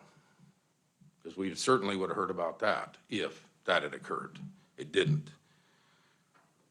As it relates to the 12 points assessed for these people not showing identification, I would ask the council completely overturn that recommendation of the Alcohol Review Committee. As it relates to the tax stamps, Ms. Gonzalez has indicated, you bet, now I see they were rubbed off. She destroyed the bottles. Again, half a point per bottle seems excessive. She's admitted it. She's at your mercy in this process. She's taken responsibility for that. So we would ask that a reasonable penalty be assessed for the missing tax stamps, and that no suspension or interruption in La Copa's business occur. They've conducted refresher training. They're going to continue with that. But to revoke or suspend their ability to do business for 30 days is a pretty harsh result. And I'll stand for questions if there are any. Mayor, I- you want to go first? Well, and actually, I have a question. You bet. Okay, so you mentioned that we understand that through the state statute, Title 23, it is required that we ensure that we serve no one under 21. But if we don't have any type of ID on us, and that's how you ensure, right, that you're not serving under 21, how do you know that you didn't serve anyone under 21 if they don't have any ID on them? Well, I think there are situations clearly where folks that are unknown are identified. People that had been in the bar a day or two prior and were identified, I'm not sure that there's a requirement to identify them again. And you look at age, I mean, you have a 70 or 80-year-old patron come in, I think you're pretty safe in the 21 rule, but there's simply no requirement that you identify everybody every time they come in. And that's the point of the declarations, is that they were known or they had been identified. And no one under 21 was in the bar. I would have to defer to legal on that, but Councilman Haverfield? Mayor, before you go Okay. there, because mine was the same the same question. question? Can we Okay. refer to, before we move on, in case Councilman Haverfield has another subject matter, can we get a legal opinion on that? So there's no state or city ordinance that regardless of the number of visits to an establishment, that they still have to show their ID before entering the establishment? Madam Mayor and Councilmember Bruner, I haven't done the full review that Mr. Dinius described, but there is the obligation to ensure that folks that are underage are not served. They also have the obligation to provide identification when asked. As was noted, that's a misdemeanor if they do not do that. So there are obligations regarding checking ID to help ensure those two things are complied with. Whether you feel that can be imputed to the licensee is up to you. Okay, but there is so any bar in the city of Nampa is not required to check ID to every patron that enters their bar. That's my yes or no type of answer that I'm looking for. And Councilmember Bruner, I don't know if I can definitively answer that question. Okay, thanks. Okay. Councilman Haverfield? I'm kind of struggling with something here. It has nothing to do with alcohol. But when I got in my car and drove to this establishment this morning, I had to have a driver's license in my pocket. Because if I get pulled over by an officer, I can be cited for driving without a license. So the intuitive nature of this discussion is, if a person is in an establishment selling alcohol and an officer approaches them, they would have to provide that ID so that they can be checked, just like I could be checked, pulled over because I was driving a vehicle. So, I mean, that's the intuitive side of it that I'm trying to grasp here. The other thing is, if someone was asked to provide a license or an ID, and they had to go back out to their vehicle to get it, why didn't they have it on their person when asked inside the establishment? That falls back on the proprietor, not enforcing the fact that they keep that on their body. So that's what I'm dealing with here. And you're saying I should discount that because someone is older or someone is more of a regular patron? I'm having an issue with that line of logic. Thank you, Councilman Haverfield. Well, I go back to the city ordinances, I go back to state code, and I go back to the IDAPA regulations governing alcohol.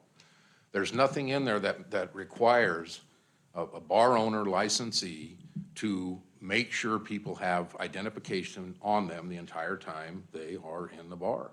There's simply nothing that even comes close to that. The criminal component to that, however, is that the person consuming, when asked by law enforcement in a bar, they must produce an ID or they're guilty of a misdemeanor.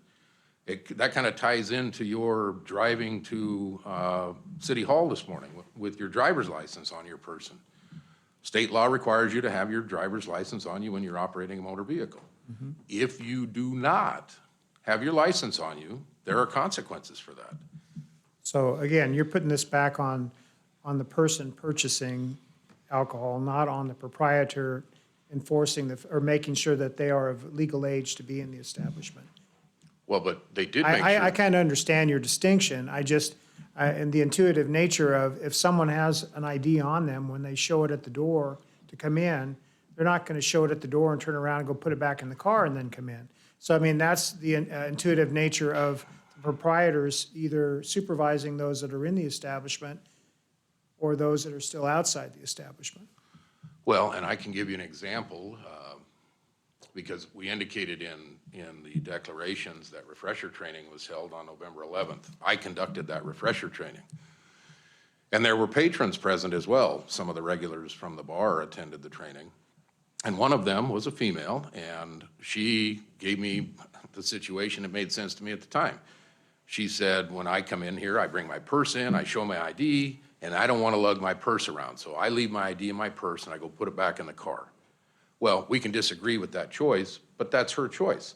And it flows from there that if she is subsequently confronted by law enforcement in the bar while she's consuming alcohol, she's got a predicament. Is the officer going to let her go get the ID to show that, I had it, I just put it in my car? Or is she going to receive a misdemeanor for technically violating that code section, 23943A, because she didn't have her ID on her? Those are decisions that those people are making. I don't know how a licensee can ensure that people are going to keep, put your purse back in your car, ma'am, but keep your driver's license in your pocket.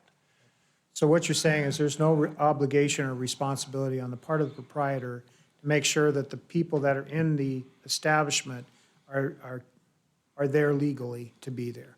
They don't have to make sure that they keep the ID on their person. That's basically the separation that you're trying to give us. Well, you've asked me, as I heard it, two separate things. The licensee's obligation is to ensure no one under age 21 is allowed entrance or served. Okay. Absolutely. The second part of that, I don't think the licensee has any obligation to make sure those people keep their IDs on them. Okay, that was the question I was going to ask Lieutenant Burns, so you've answered it. Yeah, I can't find it anywhere in the code, in the IDAPA regulations, nor in the city codes or ordinances that says a licensee shall ensure that every patron in the bar keeps a valid ID on their person. And I go back to the scenario that Lieutenant Burns talked about. They did arrest one person for failing to identify. We referred to it in one of our declarations. That individual was under the mistaken belief that he had the right not to show his ID. Subsequent to arrest, they discovered he had his ID. He merely didn't want to show it. That is a prime example of how does the licensee control that person's decision, mistaken or not, his belief that he didn't have to show ID. Well, he does if he's in a bar drinking. Right. He didn't. He got arrested for it, but he actually had the ID on him. So under your couple of hypotheticals you've given me, the licensee would have complied because he had his license on him, but then he refused to show it to the police. Thank you, sir. Thank you. Mayor, I have some questions. Yes. Mr. Dennis, so in your argument here, you say that the identity of the patrons that did not show identification to the officers has not been provided. If LaCopa received this information, it would have been in a much better position to respond to the accusations against it. But how would the officers know who these patrons are to provide that information with you if they failed to show their ID to the officers? Well, my point in that comment in the appeal is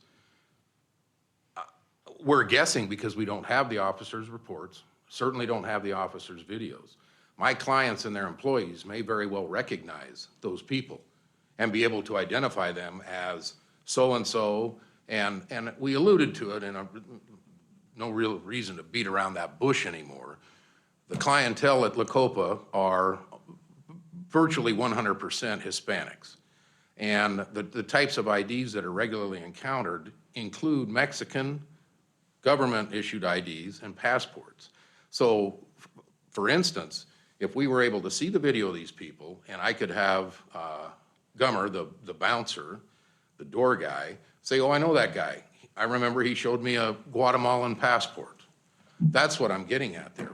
But that information wasn't provided. We may very well be able to identify these people and the way in which we ensured that they were over age 21. That night, you stated that there were 2 people at the door that were checking IDs to let them in. So if those 2 bouncers were still present, wouldn't they have been able to offer that information if they recognized those patrons in the building at that time when the police officers showed up? Wouldn't they be able to provide that information to the business owner? If they were checking IDs, they would know who they were. No, that's not true. We don't know who the 12 are. We don't know who the 12 that are alleged to have either not had ID, or refused to show ID. I don't know that even the police officers there can assure anybody with any degree of certainty that these people did not have ID. What we know is they're claiming they didn't show it to them. But I'm not aware, and my clients have not told me that they know which 12 are the subject of this point assessment. Was one of the 12 one of them that was arrested that said that they were a regular and they were recognized in the bar? Or was that a separate person? I have no idea, ma'am. Okay, no worries. I don't even know the way that this is written, the way the ARC assessment and Lieutenant Burns' incident report, if the man they actually arrested for failing to provide identification is included in the 12, or he's not included in the 12 because he subsequently had ID when they arrested him, or after they arrested him. Would you like Lieutenant Burns to provide an answer to your question? Sure, yeah. Thank you. Mayor and council, he was not, because he did have ID with him. And we retrieved that once he was arrested and he was searched, incident to arrest. So he was not included in that. So he originally failed to provide it, and then once he was arrested, he did provide it. So there would have been 13 had you not arrested him, and he offered that. It was originally 13, but he offered, so it turned to 12. Correct. That Okay. would have been the case. And arresting him was not related to showing or not showing, because there was no one else that you arrested for not showing ID. That is correct. This individual was arrested for another reason. He was arrested for that reason, Mayor. And then once we got him outside, that's when they retrieved the, matter of fact, as soon as they were in the video, as soon as they were putting him into handcuffs, he indicated, I have my ID, I just didn't want to show it to you. And he said, well, you're under arrest, now you're going to jail. And then they went from there. Okay. Lieutenant Burns, really quickly, what is the legal, I don't know the right term, for somebody to show an ID? What's the legal ramification for that if somebody fails to show an ID? Is it the law that if you ask for it, that they provide it? Yes, ma'am, that's the case. The statute that was stated earlier, 23-943A, I believe is what it is, does require, it's a misdemeanor if you do not provide ID to an officer when requested. And then there were no misdemeanors given for the 12 that did not provide? That is correct. They were all told to leave. Okay. So that was an option. You can leave, or if you stay, it's a misdemeanor. It was like a one-for-one option? Correct. That's the discretion of the officers that were on scene, and that's the discretion that they used that night. Okay, perfect, thank you. Mayor Kling, can I just ask a quick I follow-up? think she's still in her Oh, I'm questions. you can if ask, don't it's mind. okay, you can ask a do- follow-up. Okay. I just, as a follow-up clarification, is it the proprietor's responsibility to ensure that no one under the age of 21 enters the establishment? I would agree to that, Councilman Haverfield, that it is their requirement to make sure that they're not serving, and by doing that, it would be by checking IDs and ensuring. And the concern that I have after the testimony is that we got declarations that 100% of IDs were checked that night. And then today, it is, well, we know some of the patrons, so we're not checking their IDs every time. So we have a The clarification is under the age of 21. Is it their responsibility to make sure that no one under the age of 21 enters the establishment? Is that correct? that is correct. All right. I'm sorry. And can you agree with that? Yeah, well, I think I've already said that numerous times. No, I just wanted to make sure that clarification was made and you agree Absolutely. with it. No, the state code, IDAPA, makes it clear that no one under 21, you have to have a sign conspicuously posted at the door, which La Copa does, and no one under 21 can be allowed admittance, let alone service. Okay, thank you. Just a couple more follow-ups for me. So, you talk about how that La Copa does not have any control over the patrons and their interaction with the NYPD, the NPD. Yeah. Officers during the compliance check. But under Title V, Chapter 12, and Section C of the Nampa City Code, it talks about minors. And I know that we've kind of hit this one, but it's part of the establishment's responsibility to make sure that their guests are doing what is being asked of them. So if they're provided with this information when they get their license, they're provided with the Nampa City Code. And in that code, it does talk about minors. And if they're in a position where they are not providing ID for the officers, then the officers are going to have to assume that it's a minor because they're not getting identification to prove otherwise. So wouldn't a business owner want to just tell the patrons at this time, hey, it's important that you show your ID because we could be in violation of this certain compliance where it talks about how minors could get a 0.5 to 3 points against them. So would that not be the business owner's responsibility to talk to the patrons about that? I don't know how that could have happened, number one. Number two, I'm not aware of any request for assistance from the officers that night with respect to gaining compliance, getting the licensee to assist in getting compliance on these issues. And maybe Lieutenant Burns, having reviewed the videos, can enlighten the council a little bit more. The way that the scene and the situation has been described to me, approximately 10 officers came into La Copa. La Copa had about 100 people in there. And I don't think it was completely smooth and everything just went tick, tick, tick. I think there was a little bit of chaos, and I'm not aware, if La Copa employees or Ms. Gonzalez had been asked, absolutely they would have assisted. I don't think that occurred. Okay. And I guess I'll touch on your point too. Because someone doesn't have an ID on them, I don't know that you can logically conclude thereby that they are a minor. Well, at what age would you decide that they're not a minor, though? If you don't have identification to prove otherwise, I mean, obviously you could tell if somebody looks young, they could very possibly could be under the age of 21. And if somebody looks like they're 85, they're probably not. But without actually having identification to prove, how do you draw the line? Oh, I think you draw the line similar to most places in town that I've frequented for the 50-some years I've lived here. And a lot of them have signs that said, we card under 40 or we card under 30. I mean, I think these owners in town know how to tell. And again, at the end of the day, there was no one underage in the bar. I mean, that we know of, because we weren't able to card all of them. We don't have record do of we know that. that? We don't know. I mean, we do or we don't, right? I just want to follow up really quick, Mr. Dennis, on the 4 liquor bottles. You talk about how the assessment of the 0.5 points per bottle is overreaching given the nature of the violation. But I looked through the Nampa City Code and Chapter 5-12-17, Section 3B. It talks about alcohol regulations.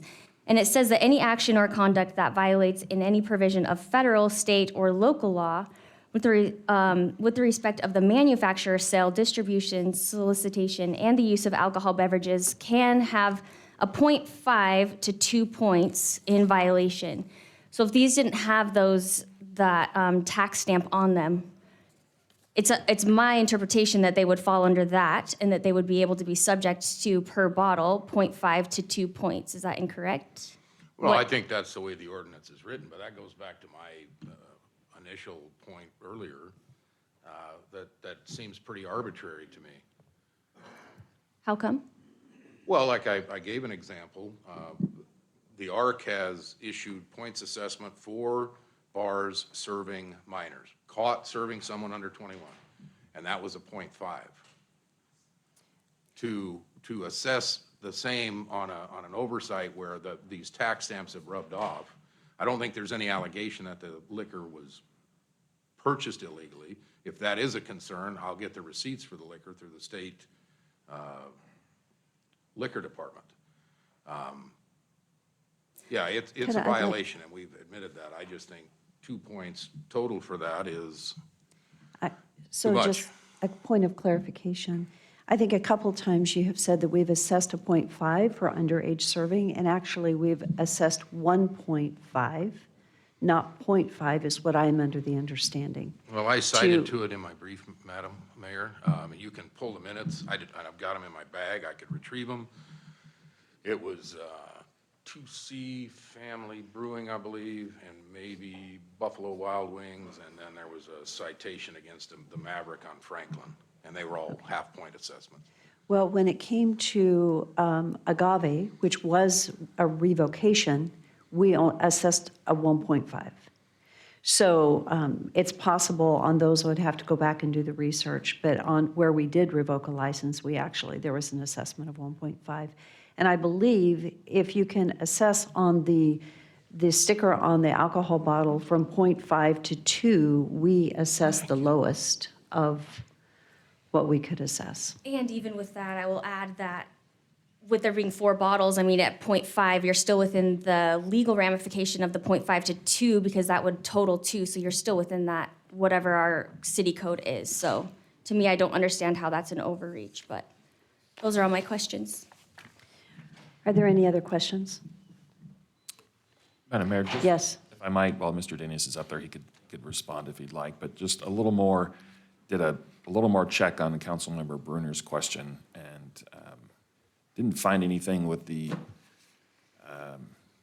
specific direction, as he stated, to check IDs, but you do have Idaho Code Section 23-943, which says no person under the age of 21 years shall enter, remain in, or loiter in, or about any place as herein defined, licensed for the sale of liquor by the drink at retail or sale of beer for consumption on the premises, nor shall any licensee of either such place or any person in charge thereof, or on duty while employed by the licensee, permit or allow any person under the age specified with respect thereto to remain in or loiter in about such place. So that's the requirement that we talked about. You can't have people underage entering the facility. There are some exceptions for those that are serving and things, but that's the code section. That relates to minors.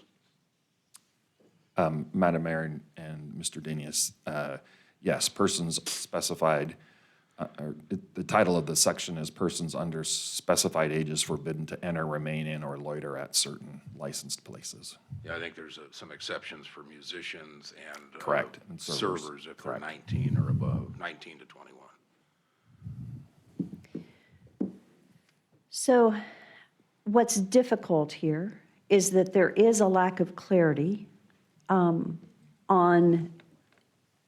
having the ID on them when I'm listening to state code. And so I'd like to ask legal how to proceed from there. Well, Madam Mayor, they're prohibited from doing that. I don't know how you do that without checking IDs in certain cases. So, I mean, it is what it is. The prohibition is not allowing anyone to enter and then remain on the premises, and then once they're in there, they're required to show ID. So what kind of obligation does that put on the licensee and the owner? It's an assumed responsibility, that it's their responsibility to ensure that everyone has been ID'd, and the only way that you can do that is by seeing an ID. It's clearly their responsibility to make sure that that happens, that there's not anyone entering or remaining underage.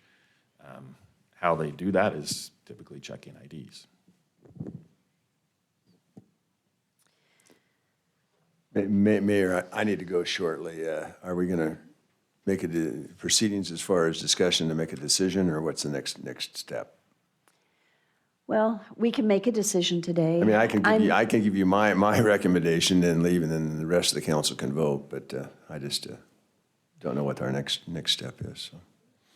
Yes, Councilman Haverfield? I have to leave too, so if it's going to go longer, we need to make a decision now to delay it. Lieutenant Burns.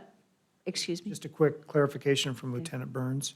On the individual that was arrested, it states that it was failure to identify, obstruct, and delay possession of drug paraphernalia and felony possession of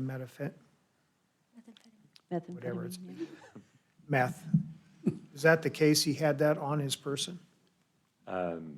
Yes, sir, he did, and we as a committee did all agree that with it being on his person, it was located once he was in the jail, that we not hold La Copa liable for that, because again, the question was, how do they know what he has in his pocket as far as the paraphernalia and the drugs? There's So- no evidence that he was selling that to other individuals. Correct. All right, thank you. So I would like to ask the will of the council, because this is a big decision, and I'd like to ask if the council would like to do a continuance and come back and make this decision at a date certain, or if you would like to make a decision based on the information that you have, and if you're ready to do so. Oh, I can only speak for myself. I'm ready to make a decision. There would be one more question. As far as the number of points, what's the minimum, and I should know this, well, what's the minimum number of points as far as to actually have a penalty as far as a suspension of the license for a period of time? Is there a minimum number of points? It's in front of you in the, it's Right. right here. I have to see. Minor is the 0.5 to 3, significant 3.5 to 7.5, major is 8 and above, and it has to be major for a revocation. So it has to be 8 and above to have any type of suspension of the license? No, Lieutenant Burns is shaking his head, so that's what I'm not sure on. I don't believe so, Councilman Brunner. I believe it's the significant. We have it here. Madam Mayor and Councilmember Brunner, so the categories are laid out as described. The points are minor 0.5 to 3, significant 3.5 to 7.5, major 8 points and above. And then in section 3, that addresses the points outcome. It's a minor, it's can place the business on probation for a period not to exceed 6 months. Also require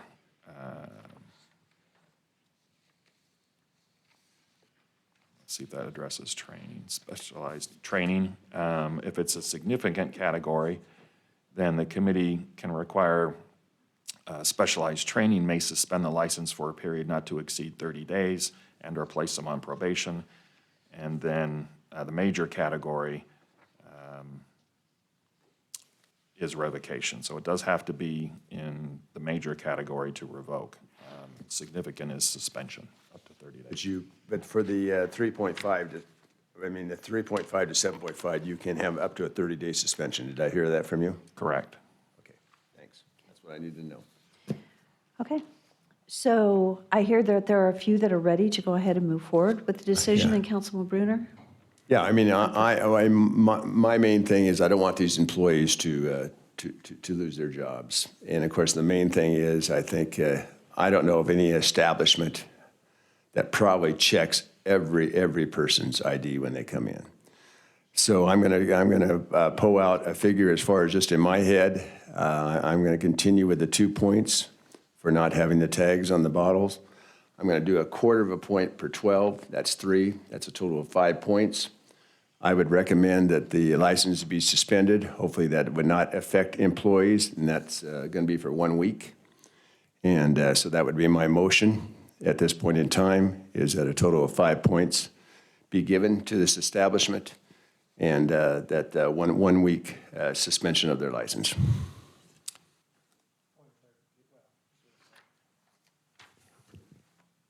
There is not a second to that motion, so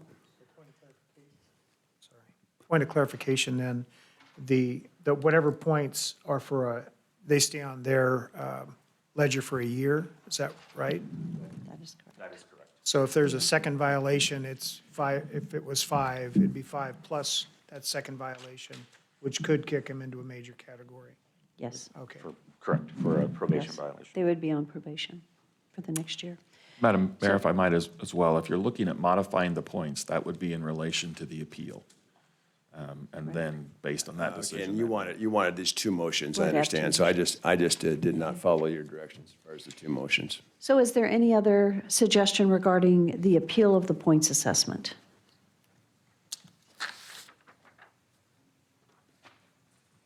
So, okay, council. We either, Make a decision or we don't, either huh? continue this hearing or we make a decision. Dale? Madam Mayor, on Councilman Reynolds. the points, I would move that they are left as assessed by the Alcohol Review Board. and it would put them in a major category, which was revocation of license. Okay. I second that.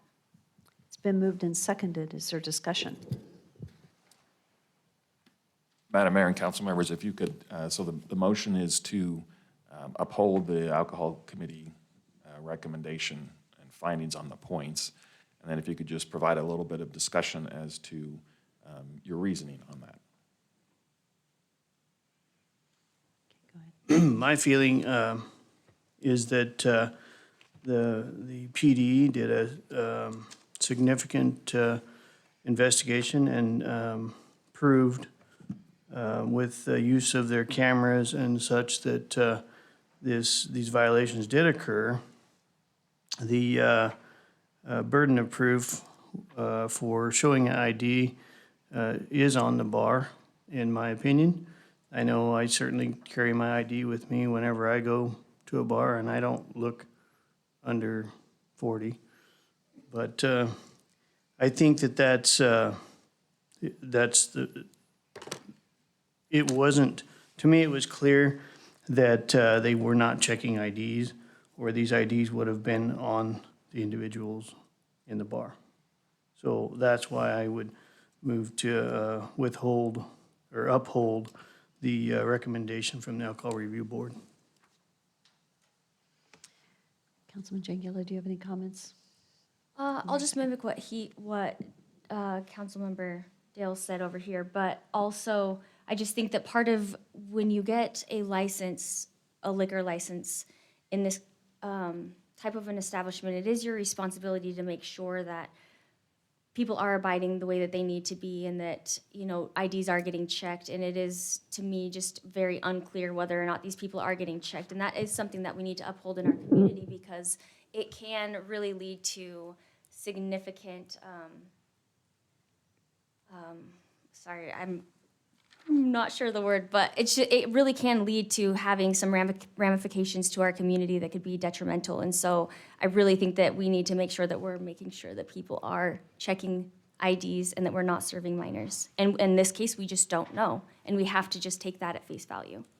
Mayor, just 2 discussion points. I would be going along with this motion if there would have been someone under 21 that the police had found. I do not appreciate that it sounds like the bouncers at the door lied as far as saying that they were checking all IDs. I realize that. But anyway, I will not be voting yes on this motion.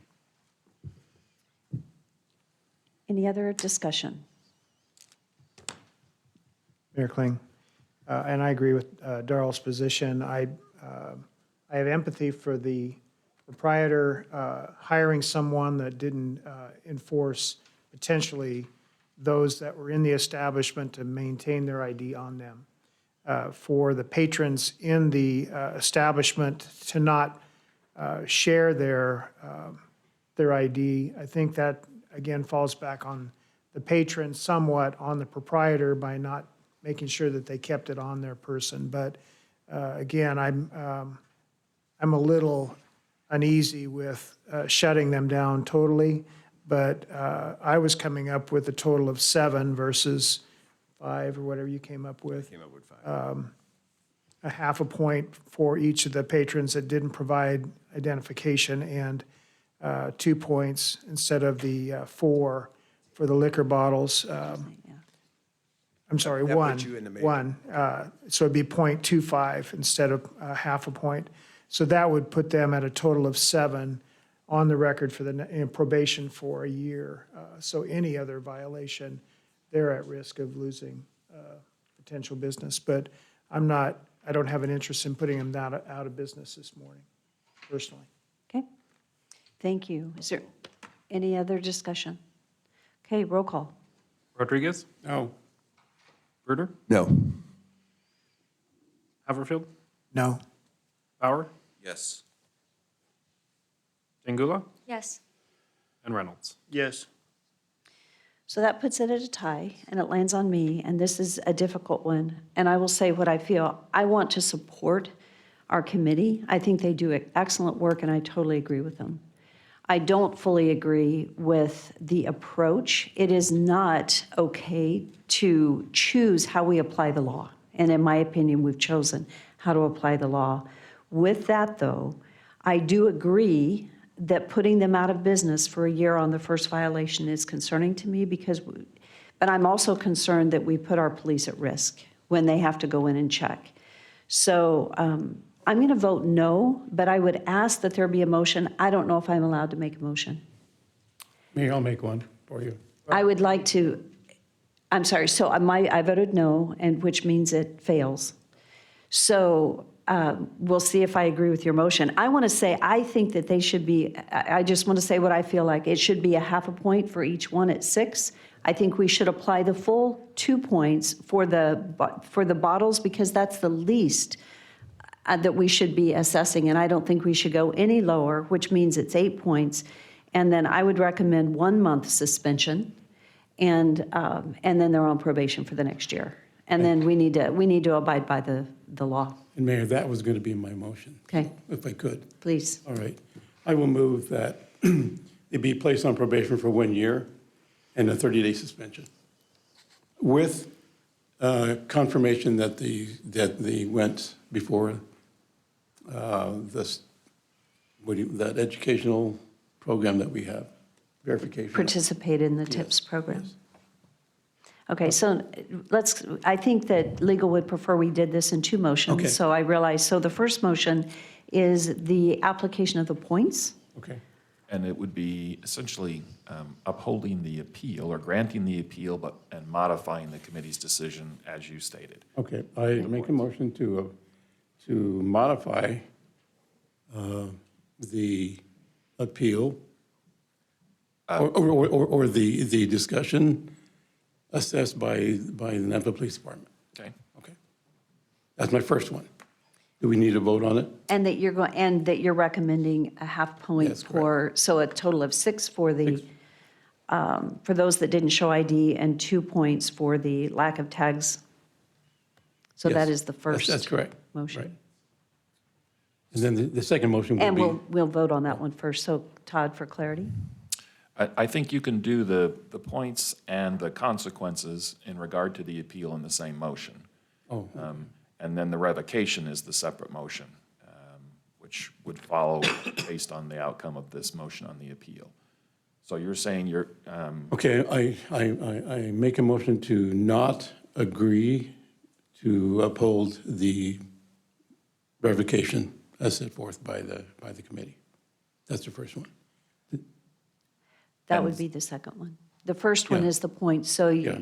you moved, I believe the motion that you're wanting to do is that we move to, on the appeal of the points piece, to suggest that the points assessed be moved to, it's not suggest, go ahead. So, Madam Mayor, I want to give you the motion, Councilmember Rodriguez, but it's your motion. But you're moving to grant the appeal, to modify the decision of the commission, and note your points and note your consequence as part of that modification. So as stated, so we don't have to repeat it and get it wrong, as stated, and the points are as you have stated. Yes. With the consequences of the 1 month suspension, probation for 1 year, and the training. That's correct. Right. That's correct. Is there a second for that motion? So there is no second for that motion. I'll second the motion. And then I can ask a question. Yes? So if the suspension for 30 days is the chosen route here, and the 8 points, does the 8 points stay on their record for the balance of the year? So they cannot have any further points, but they've done their time, in a sense, in that 30 days. But the next 11 months, they have 8 on their record going forward. And just Mayor discussion, I'm not going to vote in favor of this. I feel like first-time offense, I would have voted in favor of what Councilman Haverfield had proposed, but I feel like it needs to be kept under the 8. So I would have even gone up to 7.5. Mayor Kling, I'm going to pull my second. Okay. Okay. 7.5.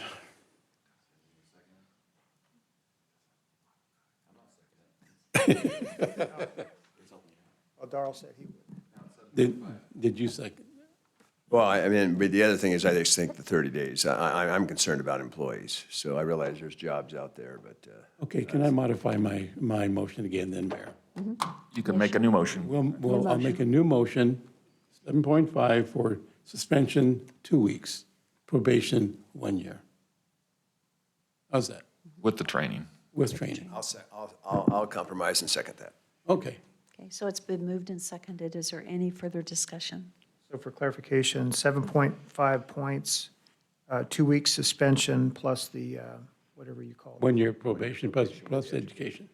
Education and 1 year probation. And education is part of having a license that they're supposed to be tip certified. Is there any further discussion? Roll call. Chingula? No. Reynolds? No. Haverfield? Yes. Bauer? No. Bruder? Yes. Rodriguez? Yes. What do we, that was a tie? Yep. Okay. And I'm going to vote yes to that. So the outcome is they have 7.5 points on their record, and they will be closed or their license suspended for 2 weeks. And the probation does last a year, which is already part of our code. The other pieces are part of our code already. Maybe then, Mayor, just a quick motion to deny the revocation. So they're two separate things. I will make a motion to deny the revocation. of- Second. It's been moved and seconded. Discussion? Roll call. Chingula? No. Reynolds? No. Haverfield? Yes. Bauer? No. Bruner? Yes. And Rodriguez? Yes. And that is a tie, and yes, and I guess because I broke the last tie, I will vote yes to deny the revocation. And I want to say, as I say that, in some ways, I owe our team a sincere apology because I support the work of our team. I think there were some good points that were brought up today, but I also say, you know what, the Idaho state law is Idaho state law, and we have a responsibility, and that means there's a huge responsibility this next year to abide by code, abide by the law. We have set a standard for our community, and we are going to have a standard in our community when it comes to the enforcement of our liquor licenses and the privilege of holding one. And so with that, I would encourage us to abide by state code.